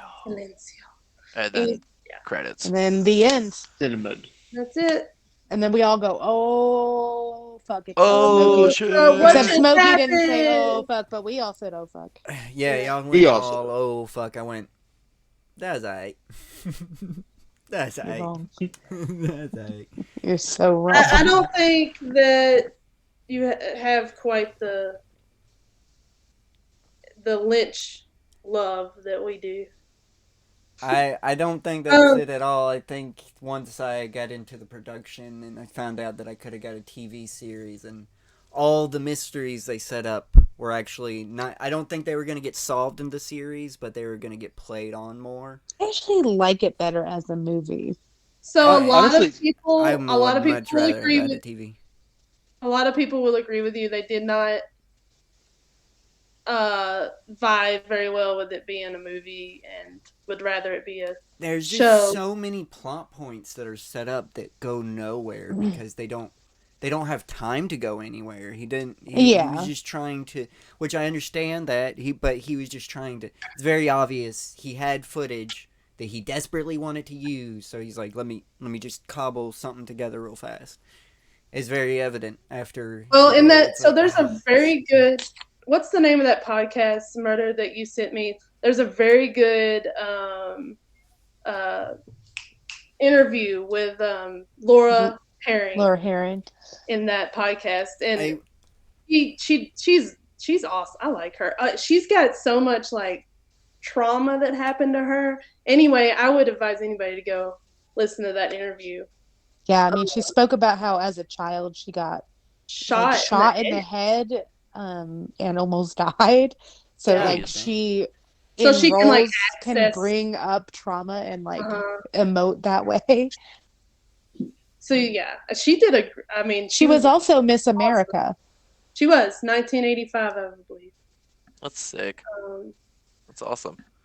But yeah, so I don't remember what we were getting at, but that she said in that movie that like a lot of those scenes, yeah, they were just he put them in there to get, basically kind of just to get views is what I think she said, to sell it as a movie. You know, he had to make it into a movie. He put those scenes in. I don't know. I think we still I think we still get a good amount of the theme of the movie, but there are a lot of obviously I was okay with unanswered plots. Like I didn't Yeah. really like it being in movie form. I I mean, we're wasn't watching like Lynch. I didn't want the plots answered. I just want the plots built upon, which they're not allowed to be built upon because because of there's the no movie. time. I didn't really. I wasn't as I was invested in Betty Rita plot for the most part. The Adam plot was kind of funny, but like I wouldn't have wanted much more of that. Betty Rita was my main focus. I think it did well to adapt to a movie. It was. I think it did exactly what it would have done in a full length. But yeah, we could have got more characters, and it would have been just better. I mean, Longer, we would have had a series. It would have been great as a series. Don't get me wrong. I'm just saying, like to me, that doesn't take away from the movie that it's only a movie now. Like, yeah, it would have been great as a TV show, but I'm just as happy with this 2.5 hour movie there whenever I want to watch it instead of having to watch an entire show. I can just watch this movie. It's like a condensed, like if Twin Peaks was condensed into 2.5 hours and I didn't have to watch all the in between. This might be a good indication that I might actually like Twin Peaks, though. So. Yes, it might be. If that's what bothers you, then yeah, you might like Twin Peaks. It just doesn't have enough time. It just doesn't. Yeah, funny enough, it seems like your opinion of the movie or just at least your interest in the movie after you looked up and watched the pilot seemed to, because before you're just like I have no interest. I don't even really know how to talk about this. Really, it just didn't grab me. Did it sit with at least a little bit of interest came back when at least with like what you could have got. So now I have to be brutally honest. I'm interested in the pilot, but when it comes to the movie, I'll get into my final thoughts, but it's still the same basically, unfortunately. Got you. Like, I'm definitely interested in the pilot, and I want to see the TV show, but I'll never get that. No, you won't. to watch Twin Peaks. Nope. I gotta keep watching Yeah. the pilot and go, oh, this. Just This watch would've Twin been nice. Peaks, dude. Now just I watch Twin. can't. I Maybe can't that's what until it. So I gotta watch it with maybe Spooge in person. maybe if you had watched all of Twin Peaks and like gotten all of that and like gotten your whole show with like weird plots and stuff like that, you would have been more satisfied with this movie just being a movie because you would have already had Twin Peaks. Maybe, but I can't say that right now. I'm gonna have to go with what I got now, and it's. Do we got any Well, we production probably should notes get into any before? kind of production notes. Yeah. Yeah. Do we got any I don't. production? I mean, we kind of went over all the production stuff that I. I'm sure Starfish is That I wanting to hit some It, production. Oh, it is you dark. know it. It is. All right, so I will get it. Um, so, um, the credits are interesting because the credits are all ridiculous. The credits have the movie's director as the name of Bob Booker. Furthermore, many of the characters' names are simply not mentioned at all during the course of the film, and it lists some of them, and the only reason I'm bringing this up is because of this first name: Billy D's Nuts, Joe What? Messing, What? Bondar, but their characters' names are all listed in the closing credits. Billy D's Nuts? Yeah, Did Billy David D's Lynch Nuts. did David Lynch D's nut us before like Yeah, that was a big thing? yeah, Wait a Fuck yeah, dude. yeah. He What? invented it. I gotta say, what a fucking legend that is. Yeah, it's great. It's great. Well, since we're already on the credits, we'll just knock these out because they're pretty quick. In the credits to Mulholland Drive, actor Chad Everett is mistakenly listed as playing Jimmy Katz. The name of Everett's character is actually Woody Katz. Oh, so he was the orange man. Yep. Orange ropey Yep. man. The only time we see the full title spelled out is at the end of the credits. During the opening of the credits, there is only the street sign that says Mulholland and then the abbreviation for Drive. Yeah, it's And then pretty they say great. it. So I know we're all big fans of Rebecca Del Rio. At least three of us are confirmed. Because of Twin Peaks: The Return, pretty much. Yeah, See, that's exactly. why. Okay, I was like, man, I feel like I lost my card just. I'll then, send but you it some says music. Return, I'll send you and some music. I haven't seen The Return yet, so. Yeah. So she first met David Lynch when a talent agent took her on a whim to a recording studio where Lynch just happened to be, and asked her to sing a song for him. She performed an impromptu version of Lorando, which also on a whim and without her knowledge was being taped by an audio engineer. Years later, Lynch decided to incorporate the song into this film. However, except for a few minor tweaks, this is the exact same recording that is used in this film. Nice. That's kind of cool. Of that shit. But what is that? Would that where did they record this? I don't think that's actually legal. Where if they recorded in Los Angeles, I think Los Angeles is a 2 consent law state. I think you need the person's consent to record. Without looking that up, I don't know. I know there's more than a handful of states that like it doesn't like if you're just in a public area and you're I know recording my someone. state. As long as I have my own consent, then I can record the conversation without anybody else's consent. It's a one. Yeah, He did it charmingly enough, so.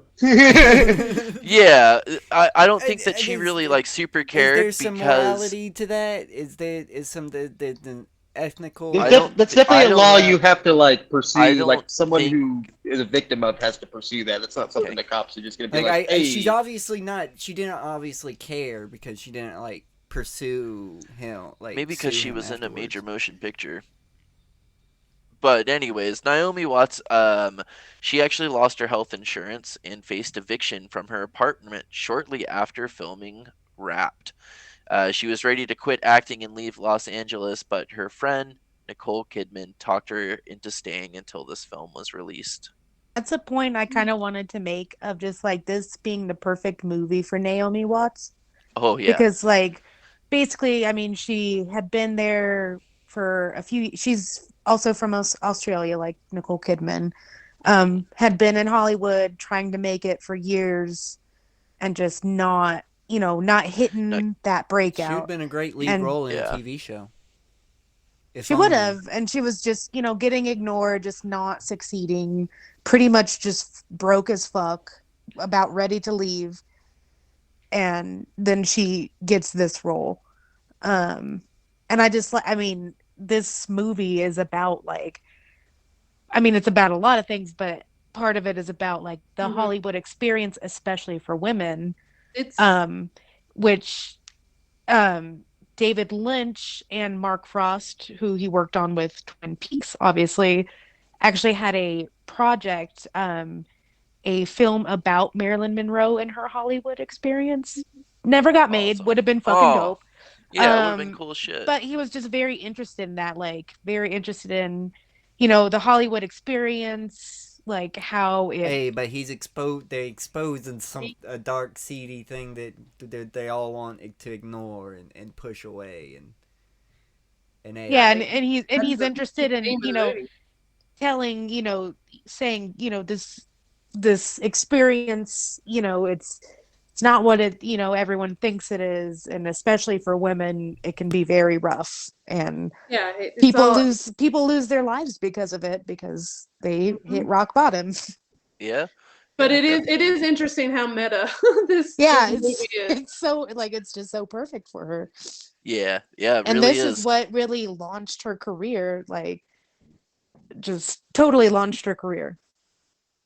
Yeah, and I think whenever we get into theories like that, I definitely have more to add on to uh, that thought train that you got And like chugging along she there. fucking deserved it because the her acting in this movie was so good. I mean, in the first Yeah. part, she's supposed to be like that. She's supposed to be like, what the fuck is up with this girl? Like, she's so naive, like Smokey said, fake.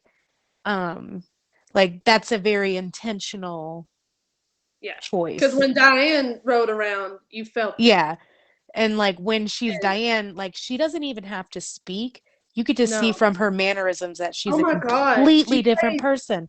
in the way she played Diane, and then the completely different person in the audition she did. Like, oh, that's really she's a really good actress. Yes. Camilla or Laura is too. I think they both did She amazing. is. I don't think she got as much range in this movie. She didn't But yeah, No, know. she she was, I didn't. mean, she was great, but just didn't have, like, her role didn't lead to that much Right, range as right. Naomi Watts. But Yeah. yeah.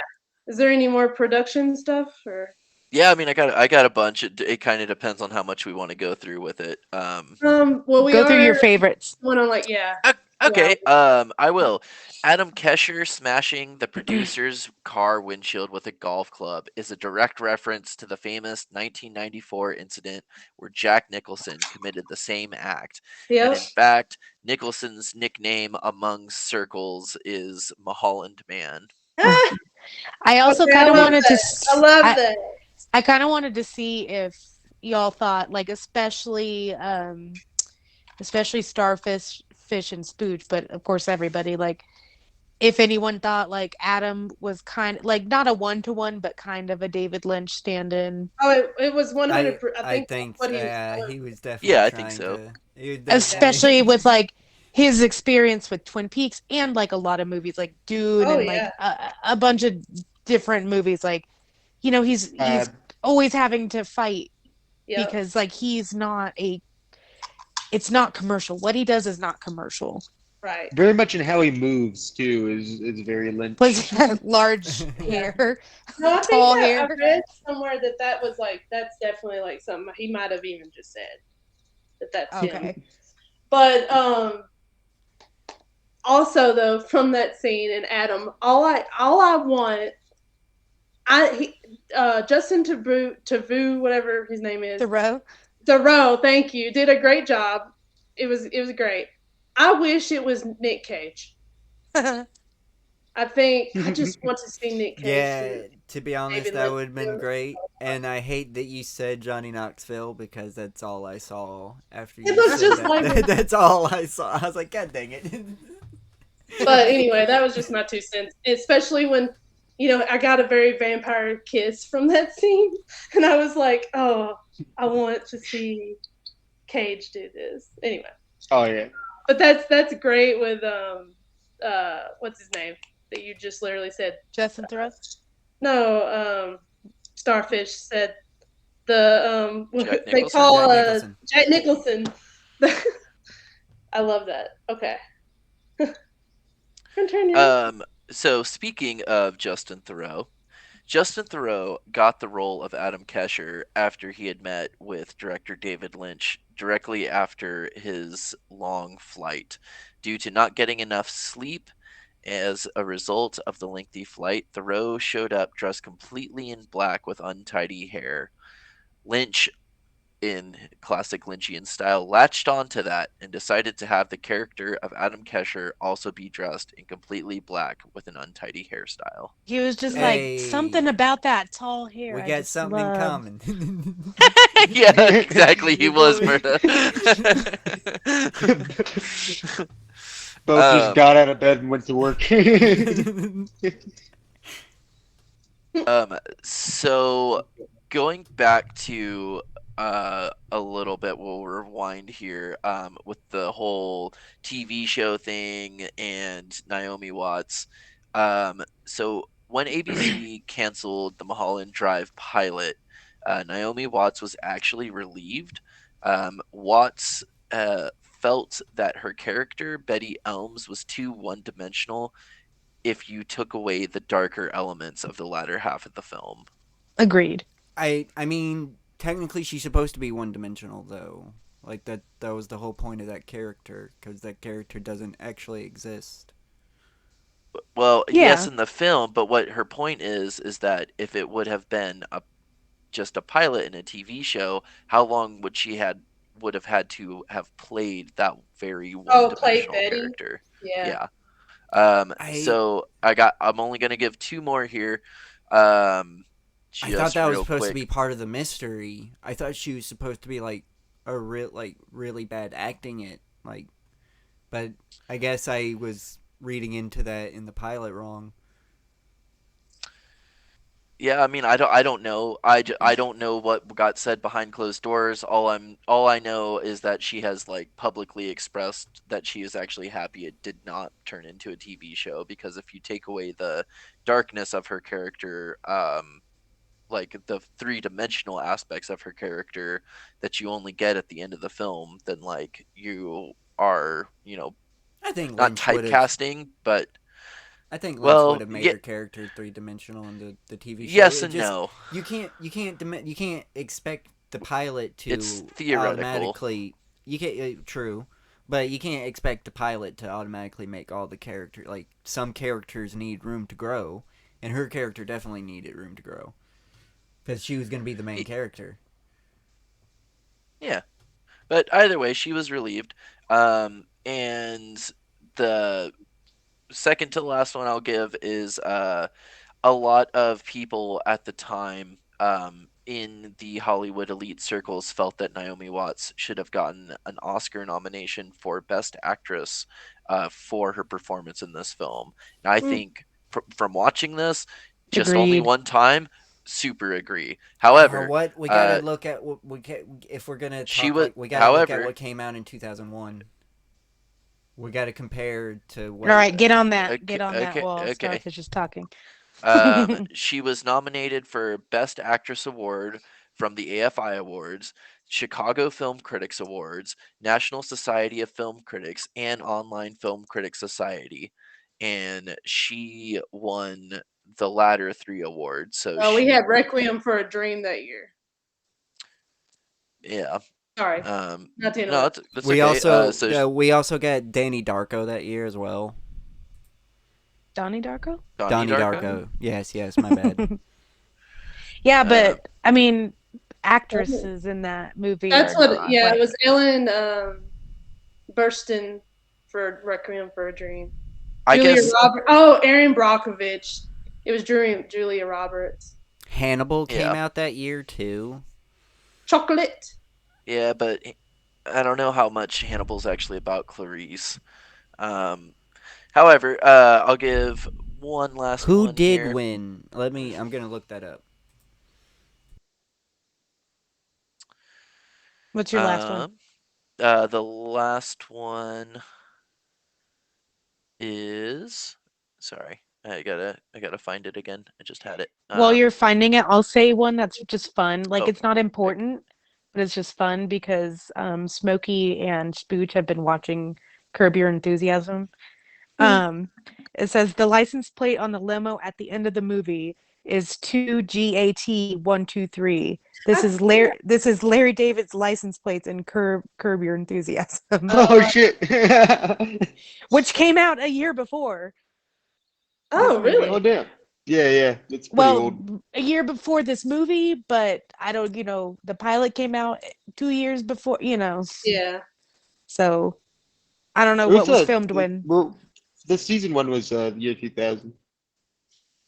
Yeah, but I'm saying like I don't Which know came first? I The don't know which chicken. came first because, Okay. the pilot of Mulholland Drive was filmed in 1999, Oh, gotcha. but the movie, like the additional scenes, 2001. So I don't know, did Larry David get it from Mulholland Drive, or would he have even seen the pilot? Like, I don't, I you don't know know. what I You could have mean? been there. Same Which came license first? We plate on need. some, set. I'm sorry to chime in, but according to this, Julia Roberts won it. Of course she did. Yeah, that's what I was But, saying. Yeah, nothing was gonna beat Erin Brockovich that year. I would say that is. Oh wait, this is fucking. You gotta let. Hold on, I'm gonna have to go to the next year because 2001 is apparently honoring 2000. 1 second. Oh, okay. So so people just felt like she should have got the nomination at least. But she Yeah. didn't. Well, you know what? Um, Just to I lay on mean, that, the Nicole country Kidman and was Moulin like, Rouge.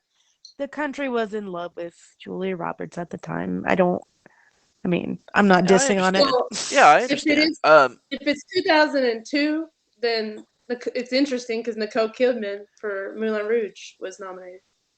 I don't know if she won though. Um, Ooh, so Halle Berry for Monsters Ball won it in 2001 for 2000 Oh yeah. for move that.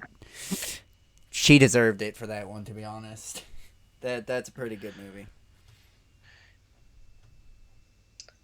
What was that last okay, one? the last one I have is just really emphasizing what I feel Lynch is, stating pretty overtly throughout this entire film. ABC executives rejected the original pilot version because they thought that Naomi Watts and Laura Herring, among other reasons, were too old to be television stars. Oh my god. Oh ABC my god. Oh Oh, my A- god. it just keeps ABC getting was the more. network that had aired Lynch's original 1990 series Twin Peaks. That makes me want to scream because it was that one dude in his, like, not even watching it, like just watching the pilot but not even watching it, just like, these washed up, like, how the fuck Old old were hag. they? Like, what the fuck? So I looked up how old they were because I was very interested. And Laura was 37. Laura Laura Herring. Herring was How old was 37. Naomi Naomi Watts? Watts, I don't know. Let me see. But, like, why is that even a factor? It Number shouldn't. one, Gross. like, who's watching it and being like, no, I don't like it because of the character's age. Like, what the She fuck was is 30. that? She Naomi was Watts was 33. 33. I guess ABC wanted a teen drama from David Lynch, and he wasn't They getting. ain't gonna get it. They're not gonna get that. They're never gonna get that.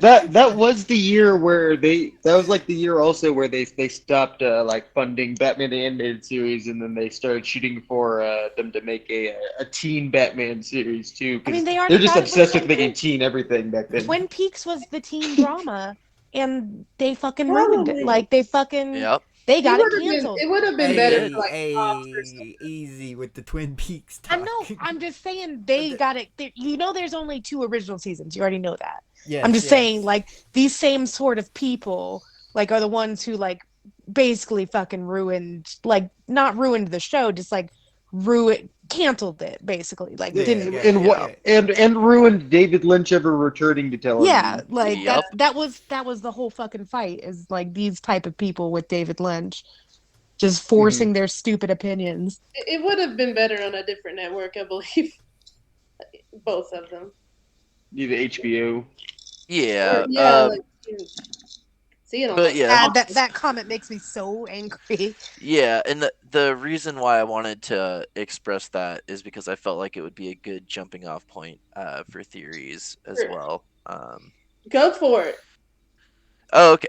Like my own theory. Well, my own theory, um, is that only seeing this once, I have not like watched any type of like in-depth discussion or like analysis or read anything about it. Just strictly taking it for like what I saw and what I interpreted, is that this is someone who came to Hollywood, but always got cast into side roles and was always an extra and never quite ever made it to the screen. But like she was maybe an extra that would get like a couple lines here and there and stuff. And so like, she's working with these other, younger or young actresses as well and stuff. And, she found a friend and a lover um through through Laura Herring. And so the one of the things of why Diane is also first seen as a waitress is because that's what she was first doing when she got there. The classic working as a waitress part-time while trying to be an Working as actress a waitress in part-time. the hotel bar. Yep, exactly. That much is true. But anyways, and so she all of a sudden, they're all, her and her girlfriend are living together. Things are going like kind of okay. It's harder times, but they're pulling it through. And the this film they both auditioned for, well, she got it. And this is her mental breakdown throughout the filming of the film that is being worked on by Adam. And so she's seeing like, oh, she's getting more distant. She's pulling away from me. She's like all up in leagues or cahoots or whatever with this director. And so she starts seeing like all this stuff happen, and she can't really take it that like she didn't get the part that she felt that she should have got. And on top of that, the person that she has met and cares about here is like leaving her specifically to better her own life by you know cozying up very closely to this director. um and so as a result, she has a like you know a mental break. And that leads her into like reliving sort of like the steps that like brought her there. um and anyways, but that's like mainly for like the latter half of the film, because I feel like the first half of the film is her idealization, realization, and self actualization for her experience in Hollywood thus far. Yeah. And the end half is the reality of the situation. Yeah. Um, but it's still Basically, slanted. we're living Um, in Diane's fever dream. yeah, Which for the first half of the film, is just all dream, and then the second half of the film is like, yes, she did actually go to that party. Yes, she did cry and masturbate. yes, her life is somewhat in shambles, and she's not going to get the big part, and it's just too much pressure and stress. And yes, her lover is now with this director. Now, do I Yeah. think that she made out with that random lady that that came over to to talk to her or whatever? No, Mm, I don't think I think so. that's an I think that was exaggeration of the feelings that she was having about, mhm. everybody on Camilla.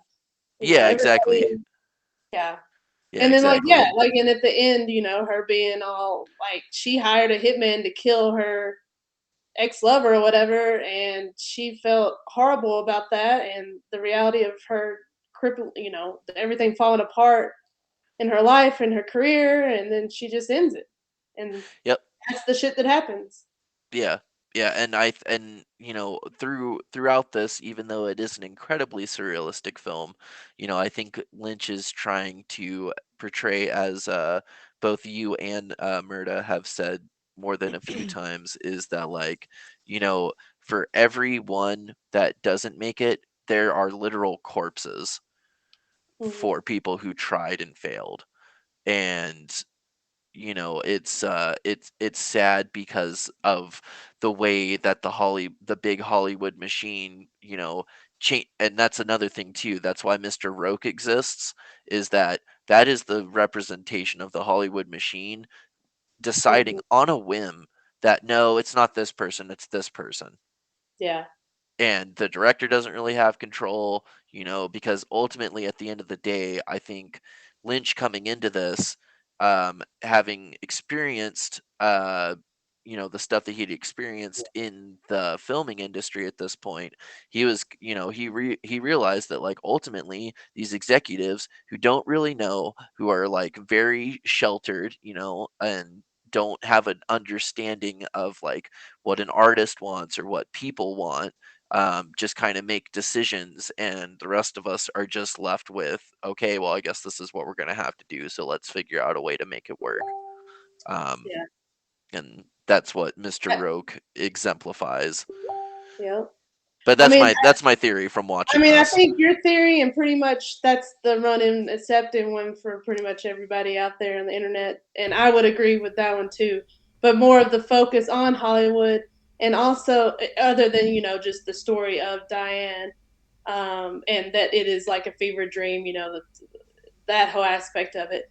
But the Hollywood depiction, but also like a depiction on acting and how with method acting and different types of acting, how you could just be, get so involved in the character, you become them, and and how that can affect your life, or just the just a depiction of that. I feel like is a lot of a big theme Jim for me. Carrey syndrome. Huh? Jim Carrey syndrome. Yeah, Oh yeah. yeah, big time. And that's actually a thing too, is that method acting is not necessarily becoming banned, but it is becoming more under fire and criticized, especially because people are using it as an excuse to do terrible Do awful things. things. Looking Yeah. at you, Jared Leto. Yep, Like look, that's a yeah, direct Jared yeah. Leto look. Or, I can't look so any yeah, harder. using it as a reason to, hire a hitman to kill your lover. I mean, it's that's exaggerated, but I think there's a lot, with Diane's character that I think he might be some themes there, um, played. I went all around the world with this one, and that's I think the point of it. Um, that's what makes good art, is when you have people still. How many years later is this? Let's see, 23 25. years. 22, yeah, 22, 23 years. Yeah, later, and we're still talking about it.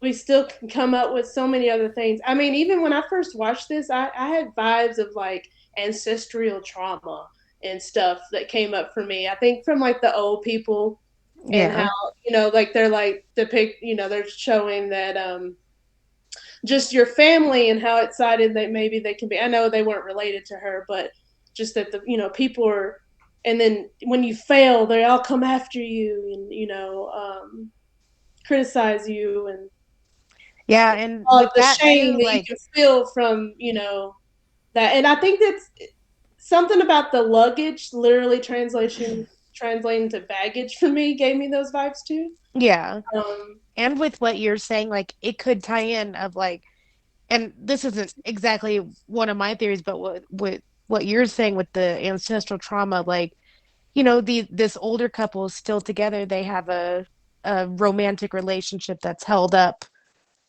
for however long, but Diane can't get her relationship to hold up. Like she's right? Yeah. been Yeah. jilted and like can't Yeah. have anything lasting with anyone. Yeah. I mean, just all these failures that are creeping back up to her, or in her life, and she's seeing them. And a big theory for the old people out there on the internet, I'll just say is or the best one I've seen also is like they kind of depict ageism in Hollywood, and I can Somebody see should that how like somebody the should tell it fear. to that guy who said they're too old. Yeah, right, exactly. Yeah. That's how see that's why this is such a work of art to me is because it's so meta on so many levels and then can provoke so many thoughts and theories. And I mean, David Lynch, I don't even know if you asked him if he really knew. Like, exact like if he A was lot of the planning time to he's just fill like, it no, in. I don't He know. just he's literally just going the vibe. I feel he's like he rides he's like a vessel, almost in like the way like Stephen King writes, for Yeah, dreams and I stuff. feel the same way. He does, and that's. I mean, I know we're getting into other stuff and just my opinions. I love Lynch. I 9 times out of 10 when I watch something of David Lynch, I have to the second time around, I start paying attention to the plot. The first time around, it's just pure vibes for me. Like the cinematography, the score, just some of the dialogue and the acting. Like I don't even it's just so surreal that I don't need to know what's going on almost to feel it and understand it.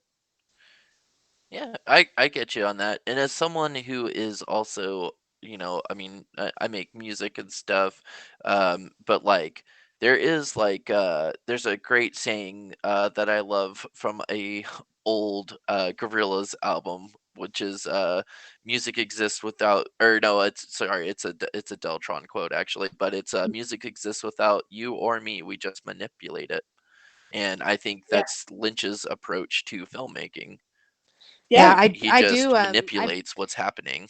Mhm. I do, compare him to Stephen King often because they both thing where like people will ask them why they, did something a certain way and they're literally like just like, I don't know, like that's where it took me. Like Yeah, it's I don't almost know like any better than you do. This is just yeah, what I had to do.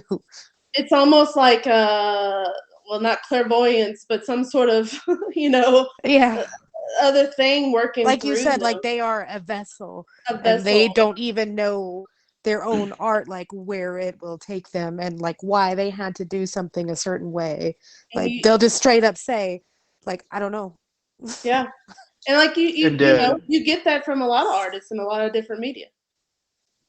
Like good, yeah. well-known artists. Sorry, go ahead, Splooge. Oh no, you're all good. I just want to expand also on David Lynch's methods. Can be kind of. I think.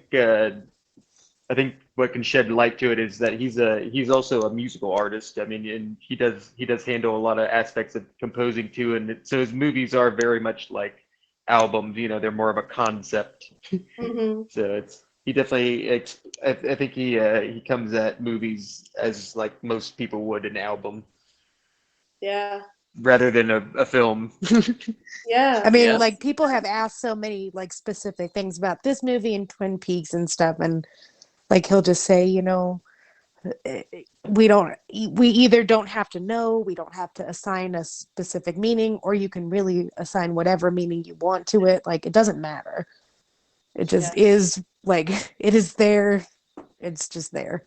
It's just there to Mhm. enjoy his art and do exactly that. And I love it. Yeah, same. Well, does anybody else have any theories that they want to go I into? Um, mean, my theory is kind of the same as everybody else's. I'll just quickly. I mean, we see, to me, it's, yeah, Diane's, this washed up, like, rock bottom actress's idealized fantasy after she is put the hit out on to her ex-lover. We don't know actually how involved, they were or weren't, but she feels a certain type of way for sure. But like the guilt just drives her into this fantasy, whether it's like a dying dream when she shoots herself, or if it's a breakdown, or even whether it's like Rita's dream. I don't know, it's somebody's dream, but it's definitely the idealized fantasy where Betty is the hero. She basically saves this damsel in distress. That's what she wants it to be. But when it starts to break down is I noticed in the sex scene, Betty says, "I love you" twice and does not get it back. Even in this like fantasy, she Yeah. cannot, she cannot get Rita Camilla to say that she loves her, like even in her And fantasy. And that's it, like after that happens, it immediately breaks down. yeah, and that's kind of just, I mean, if she couldn't get in her fantasy, that's just a reflection of her love to herself and not being, I'm Yeah. not, I'm worth this. I'm the shame that she's feeling from all these things falling apart. Yep. She wanted to be the hero, but she she was not. And I don't know, is this a dream? Is this a parallel reality? It doesn't really matter. It could be any of them. I'd like to think it's a parallel reality where this actually happens and they get to be together like lovingly, but I think it's just a dream. It's just a fantasy. Yeah. Yeah, like I want there to be some sort of actual tie-in with like the blue and the red that Lynch shows throughout the whole movie, and the scenes with the blue against the red, the box, the lady in the theater. Like, is that part, or those scenes from the alternate reality that was opened up with that box? Like that would be cool to have the whole like that It'd be nice if there idea. were a It'd be reality nice. where they got to be together in an ideal way. Yeah, and just like just his choices. I want to tie that in somehow. That would be cool if I could watch it and figure out. Oh my God, this is the alternate reality in these scenes with the because the box, it shows something like something was opened or Yeah. closed, but it could, I don't know. It's just another But element. basically, it's pretty much the prevailing theory for this movie. Yeah. Well, I kind of got a completely different theory than everybody, in a All right. way. Right. I totally think we're seeing Diana's. She's obviously an unreliable narrator. We're seeing like her like mind flashing what she perceived to be her life before, and because she's mentally ill, it's distorted and fragmented and not complete, and some of it is actually not true at all, just the fantasy she created for herself to be with someone that she was never. I don't think her and Camilla ever had anything to do. I think she was just someone that like saw her on set and like latched onto her Yeah, and just couldn't. obsessed and delusional. It is. Yeah, and couldn't.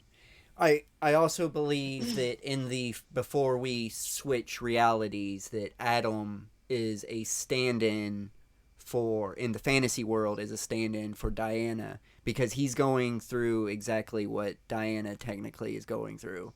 He nothing is going his way, and he loses everything, and then the cowboy comes and it's like, hey, if you see me twice, then I, something I'm bad gonna will kill happen. you. But You did bad.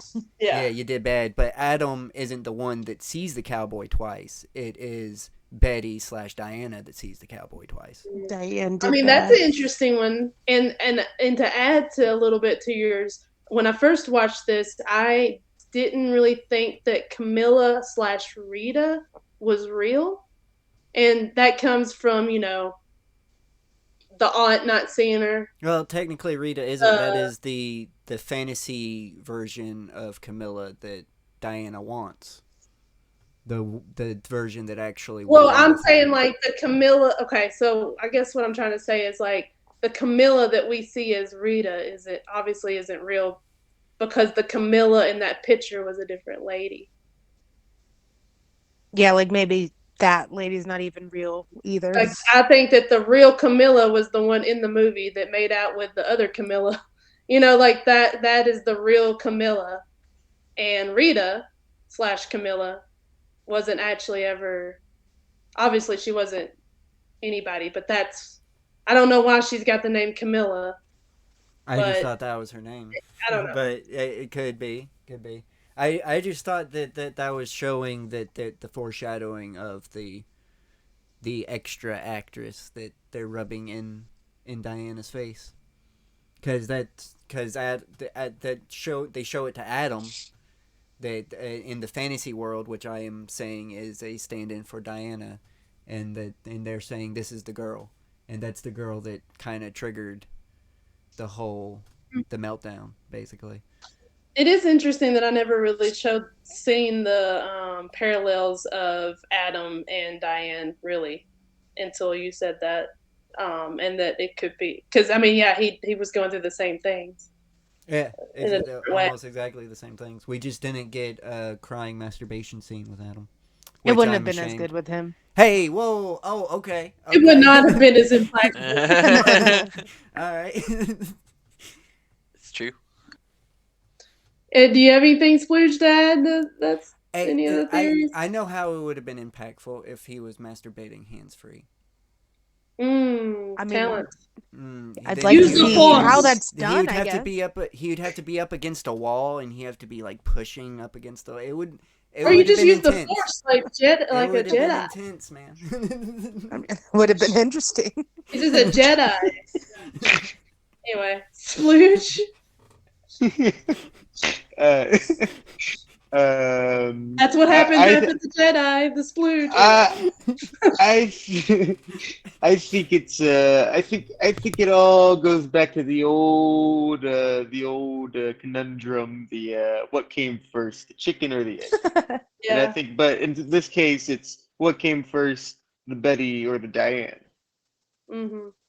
Yeah, exactly. There you go. There you go. No, it is true. Your prevailing theory for like the last few movies. And it's a nicely used one. You were able to tie it into this one too. It's all connected. But, all right, do we want to get into final thoughts? I think so. I can totally get into final thoughts. Well, do you want to start us off?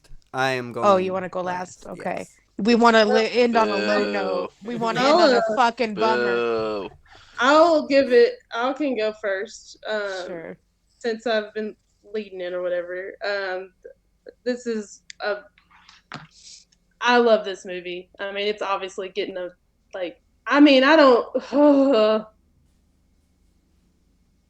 never given anything a God tier. But it's when everybody gets it, right? Yeah, it would have to be all of us, which obviously that's not going to happen. It's a 5 out of 5, right? I'm giving it the highest. You can give it a 5 out of 5. Yeah, that's the highest. It is getting a 5 out of 5. And I'm not going back on it. Yeah, could it been a little less maybe forced at the end? Yeah, but it kind of played into all the manicness of it, and it kind of worked. And I kind of, in my theories, I think talked about mostly my final thoughts. I love David Lynch. This movie, I don't know why I waited so long to watch it. It's a fantastic movie. I've actually never seen Lost Highway, so I gotta watch that one next. And yeah, it's a great movie. I think it does exactly what it should do. I think it's a great work of art that provokes a lot of thought. And like I said, we're still talking about it 20-something years later, and it should be studied in all theater or film classes. So, like all David Lynch. Oh. He's my favorite director, so. Nice. 5 out of 5. 5 out of 5. Excellent. I guess I'll jump off from there. For me, again, only have seen this once. However, a long time ago, Murda introduced me to Lynch through Twin Peaks. I had seen him once or twice before with the old school Dune film, which I've also read the book, so take that for whatever you want to take that as. However, the cinematography on this film is just immaculate. Every scene, despite actually, let me rephrase that. Almost every scene, I feel like plays into this weird dreamscape narrative that Lynch is so excellent at crafting. Um, I think the acting is really what blows me away with this more than anything else. To be one person and then to be one person who has split into two different people, um, maybe, maybe not, but be able to portray that, I think, is a feat that very, very few could do and do well and believably. Um, so for me, this film is a solid 4.5 out of 5. All right. Spooch. Well said. Yeah, I yeah. will say the cinematography, yes, top notch, always. Score, all of it.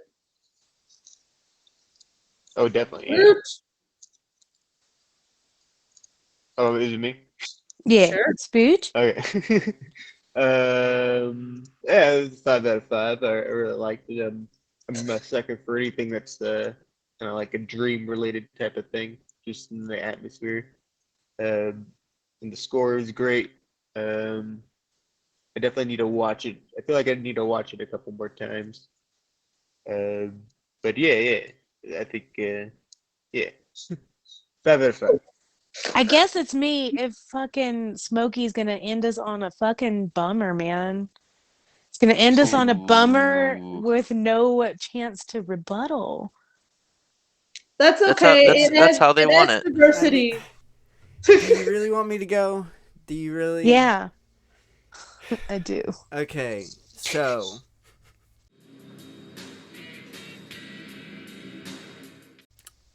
we got some high I need a ratings. chance to rebuttal. We got some high ratings here. I understand them. I am after seeing the pilot, after knowing that I could get a TV show and everything. It's hard to say because I know everybody's gonna be upset about it. But I gotta be true with myself. You have a right to your opinion. Yeah. If It's we were okay. sitting, Be if your we were, honest, okay, true okay, self. okay, gotta put everybody in perspective. If we were sitting in the theaters watching this, and someone, most likely it would have been Spooge, leaned over and was like, "This was supposed to be a TV show."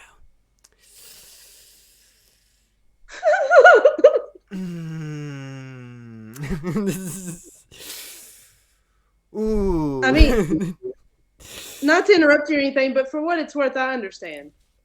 I really do. Like, I understand where you're It's coming great from. acting. It's see, this is why this rule exists. That it's basically, I always have to explain, this isn't worse than a 1. This isn't worse than a 2. This is more like a disqualification. Like I just I'm taking my hat out of the ring. Okay. Well, And I would have to get a refund. Jeff Goldblum. What does Jeff Goldblum want? I want my money back. Mm-hmm. Mm. And I want angels to give it to me. And pixies to count it out for me, and a gnome or a hobbit or an elf to sleep at the foot of my bed and have, I just want them all over my backyard. But no matter what happens with any of that, I do want my money back. Yeah. What? Are He's you Jeff fucking saying? Goldblum. Are you Jeff We're getting Goldbluming this Goldblumed. movie? No. We've been Look, bloomed. no. I need to say something. Torches! Get your torches! Pitchforks!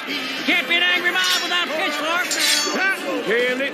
Get your cotton candy! Can't throw right that cotton candy! Can you give it a rating based on it being a TV show? Or just give it a rating. Just give it a rating without that it being a TV show in your mind. Yeah, Give it a rating as it's a movie. It Say that this pilot never, like, it was never going to be a TV show. It's just a fucking movie. Yeah. What would you rate it? Right on, just a movie. There you go. One way or the other, rate it. They're trying to put the Goldblum in the bottle. You're getting real hung up on it, though. You're getting real hung up on it. You know what it, started as, and that's not what we got. That's not what we were presented. It's not the reality. Oh my god. I'm not happy with what I was presented with either. Okay. I don't believe that. Well, okay. I believe that. I don't believe that because you had so much to say about it. And but having no, okay, just say this is a movie, you didn't know anything about production, you didn't know it was supposed to be a TV show. Would you still give it a Jeff Goldblum? Will you still think it was a waste of your time? I guess I'm being peer pressured. I'm genuinely asking. I don't think. I don't think anyone's trying to peer pressure you. I think we just want you to judge what you saw. I'm not telling you to change your rating. I'm just genuinely asking. It's hard to explain. It's very hard for me to believe that you would think you would want your refund when we gave it to that other movie we watched about the witches.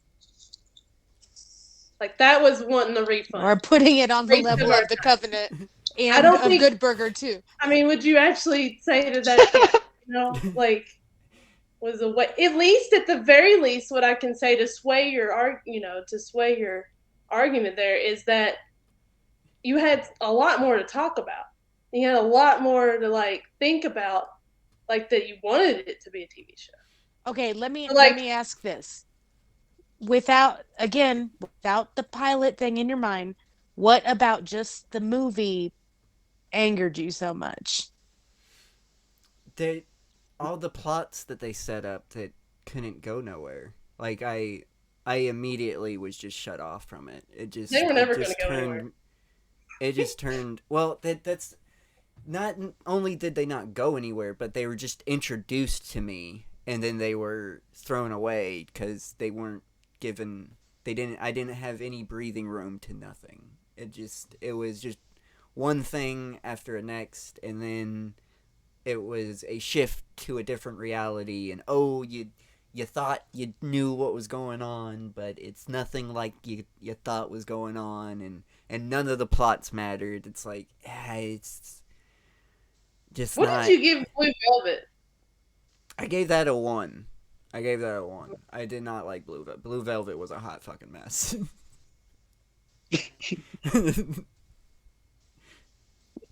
So Blue Velvet was a hot mess, but it still ranks higher than Mulholland Drive.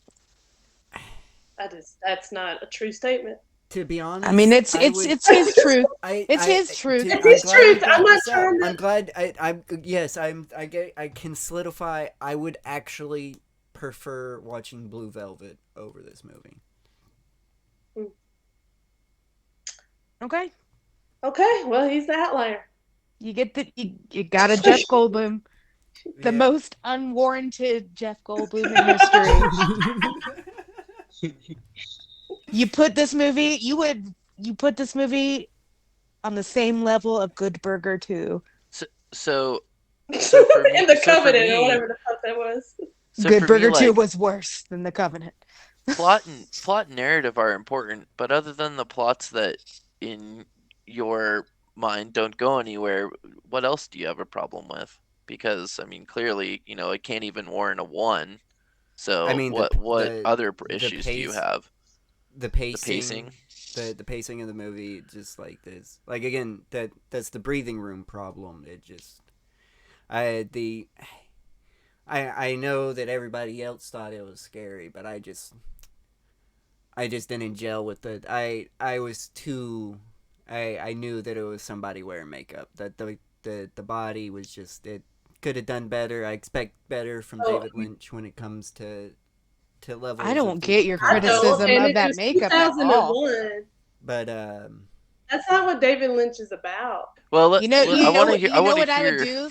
I like, if I were I mean, near the acting you, I would was take great. I'd take I a can say screenshot I of can that say face and put it the as the acting background was of your good. phone. The acting was good. The acting was great. So the acting doesn't give it a Oh, 1. the acting is great, Jeff Goldblum. But it just, the acting doesn't do anything for me if I'm not able to enjoy it. Like, I can't enjoy the great acting because it's not utilized proper. It can't be utilized properly. There's too much going against this. Okay, so you have plot can't follow, It's acting not just good, the plot but that I not can't. utilized. Well, hold on. It's not that I can't follow the plot. It's they are setting. It's because it was a pilot at first. They are setting up so many plots that were going. Those plots to just get, don't matter. Like those plots are exactly. so That's ancillary. My, that's my fucking problem. It's they would have mattered. There are so many plots that would have actually been built on if we were just able to get a TV series. And they just aren't able to go nowhere because we're given a movie instead. And it's like, okay, a perfect example. There was a movie that I gave a Jeff Goldblum, Jujutsu Kaisen 0. I fucking love that anime. I love that movie. It's great animation. The English dub is a little bit shit, I will say, but everything else is great. But I didn't want the movie. I wanted another season of Jujutsu Kaisen. So I had to give it a Jeff Goldblum. I'm not getting what I want. And I don't want this movie. I want the TV show. And I can't get the TV show. Okay. I'm disappointed. All right. Disappointed! Well, if it makes you feel any better, we're all disappointed now, too. That's why I didn't want to end with this. This is why I didn't want to end with the fun. No, this is exactly Go last to shit? Go last and take a shit? Cool. So, like, we just end on a sour note. On one of our favorite No, it's my turn. It's my turn, and I'm giving it a 5 out of 5. I might have given it a 4.5, but now I have to give it a 5 out of 5. Now it has to have a 5 out of 5. So what did it got to you anyway? Well, I could have been convinced, but okay. I mean, first thought is like 4 out of 5 because it's almost perfect, but not quite. In my eyes, obviously, we do not all feel that way, but I've got to boost the rating just because this Jeff Goldblum is outrageous. That is an outrageous. I think we need to use it rating. As like an outliner. Because you said, ooh, Smokey, in our first thoughts when we were chatting in the chat, you were like, I think I'll give it a 2. Yep, and since then you've dropped it down to a negative. Yep. So now like not even a positive point. But anyway, this my final thoughts aren't about Smokey's. He's got his opinion. He's got his right to his Jeff Goldblum, even if we don't like it. What I will say, the positive spin I will take is that I think since you are so disappointed that this wasn't a TV series, that you will like Twin Peaks because we get to expand on all these weird fucking plots. They're obviously not exactly the same, but a lot of them are, You're still gonna you can imagine this could have been I don't want closure. I need to point that out. I'm not saying closure. I don't keep I'm not saying closure. You don't. I'm not saying closure. I'm just saying I just feel you that might. some I'm people I'm here spinning think I this need to a closure. good. I didn't fucking No say one, that. no, I literally, didn't no one say has that. said that. You're just conflating what our argument is. So I want to, like, with the Twin Peaks TV show, like, you get to have I was just bunches saying, and I bunches of bet you'll plots. like Twin Peaks since you were so disappointed that these plots, weren't expanded on in this. We get expansion in Twin Peaks to similar plots. Yeah, I'm very Is I'm all. very excited for Twin Peaks now. I can say that. I can. But you This also got might me hate it. excited. You also might give Twin Peaks a Jeff Goldblum, and then I'll I just don't. fucking I shit mean, myself. see. There's a 50-50 I'm- chance. I I've already accepted I that. I I think y'all are just not understanding what my Jeff Goldblums are. Y'all are thinking that it means that this is an absolute terrible film. It's just not what I You, want. Well, yeah, that's why do we you, asked you. It's just a movie. Could you rate it? And I yeah, guess and No, it's just like when I I'm can't thinking of because like I the don't want the other movie movies either. you've given a Jeff Goldblum, when I think of this being on the same level as Good Burger 2, yeah, my blood boils a little bit. Okay. Yes, but let me just. I know that I gave Good Burger, but let me just pull up our Jeff because this isn't. We have been doing this a lot longer than y'all. Y'all joined this year, so I have some Jeff Goldblums in the pocket. Let me just pull it. I know Jujutsu Kaisen 0 was one. Fucking. All Where's the right, while you playlist? pull that, I will go into my actual final thoughts. 5 out of 5. Just again, like I agree with Tiny Dancer of like the vibes of this movie. To me are just very comforting. Obviously, not the parts that are very uncomfortable, but like the rest of it of just like Betty and Rita like playing detective and like finding love. Like that's I love those vibes. Those are comforting. I could put this movie on and like fall asleep to it in a good way. Like yeah, same with Twin Peaks. I really like all its aesthetics, the colors. I love what Lynch did with like in the fantasy world. Betty was always in like pastels and mostly pink, and then like Rita was always in black and red, just like the dark femme fatale, and then like the bright young protagonist. Like I like those play with colors. I noticed it like a lot. Even her like bed sheets are pink, like she's pink everything, just like that bright, fresh, and new, like almost Barbie like aesthetic. I loved the themes of this movie down to like, Hollywood being toxic and like seeing the underbelly of Hollywood, especially for women.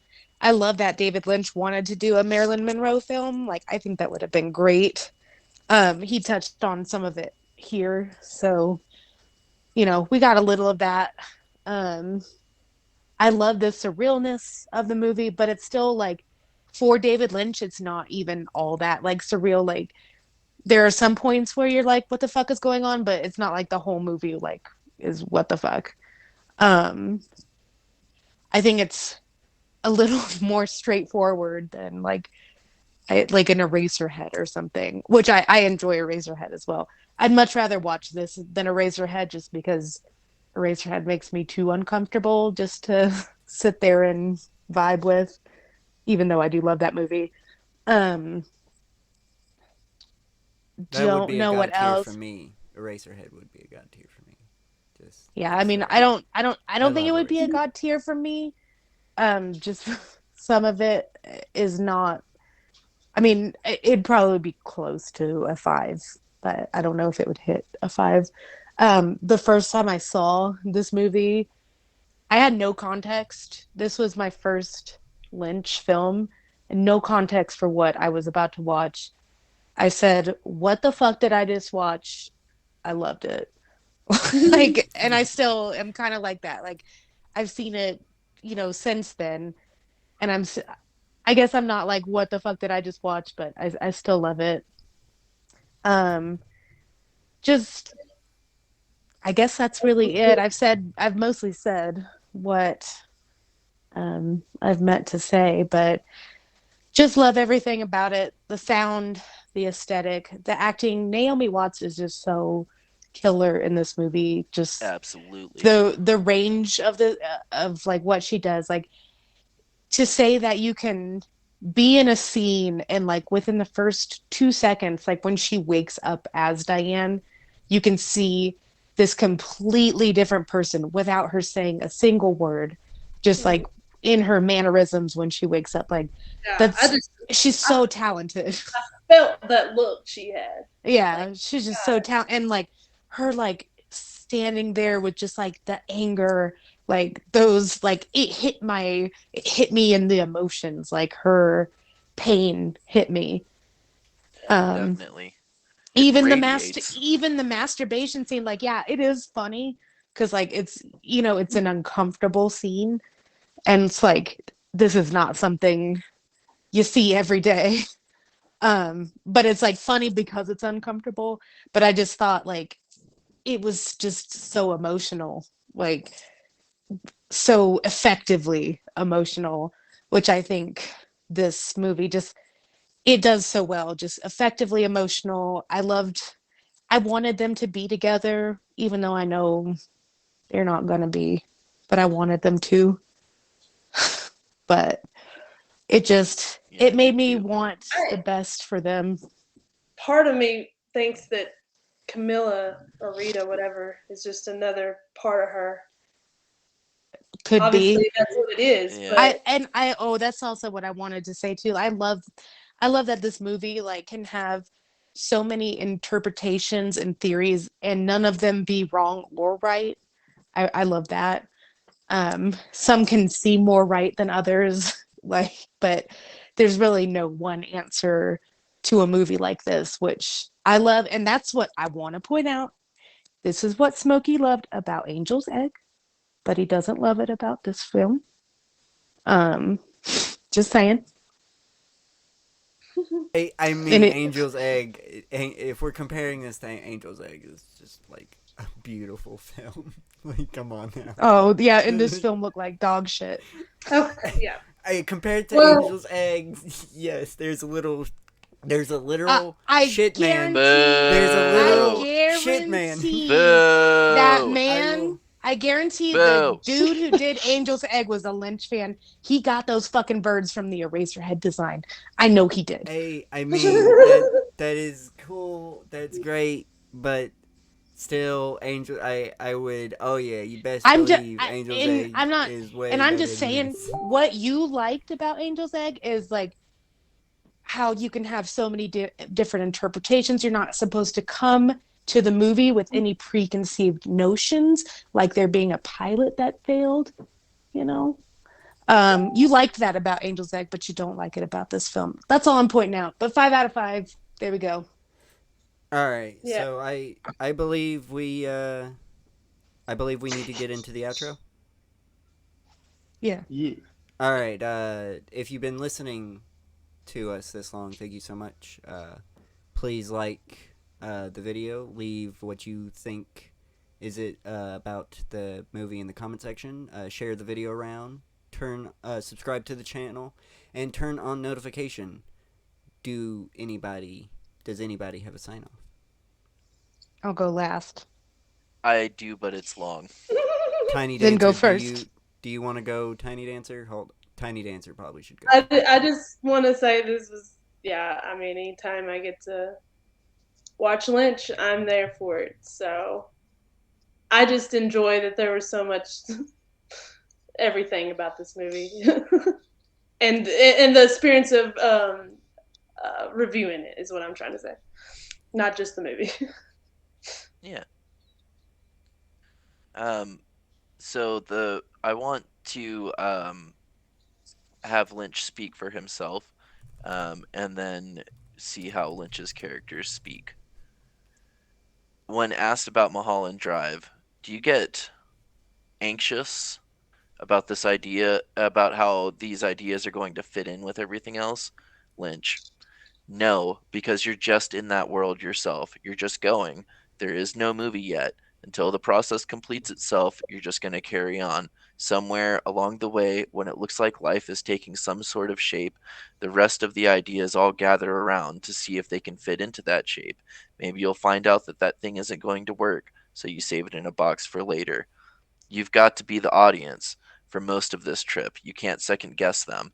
If you did, you'd be removing yourself from yourself. Then you'd be out there in the really dangerous territory trying to build something for some abstract group that's always changing. I think you'd fail. You've got to do it from the inside first and hope for the best. Exactly. Cowboy. Man's attitude goes some ways. The way his life will be. Is that something you agree with? Sure.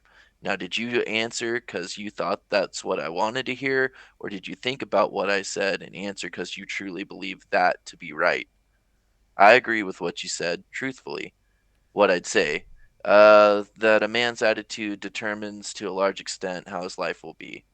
So, since you agree, you must be someone who does not care about the good life.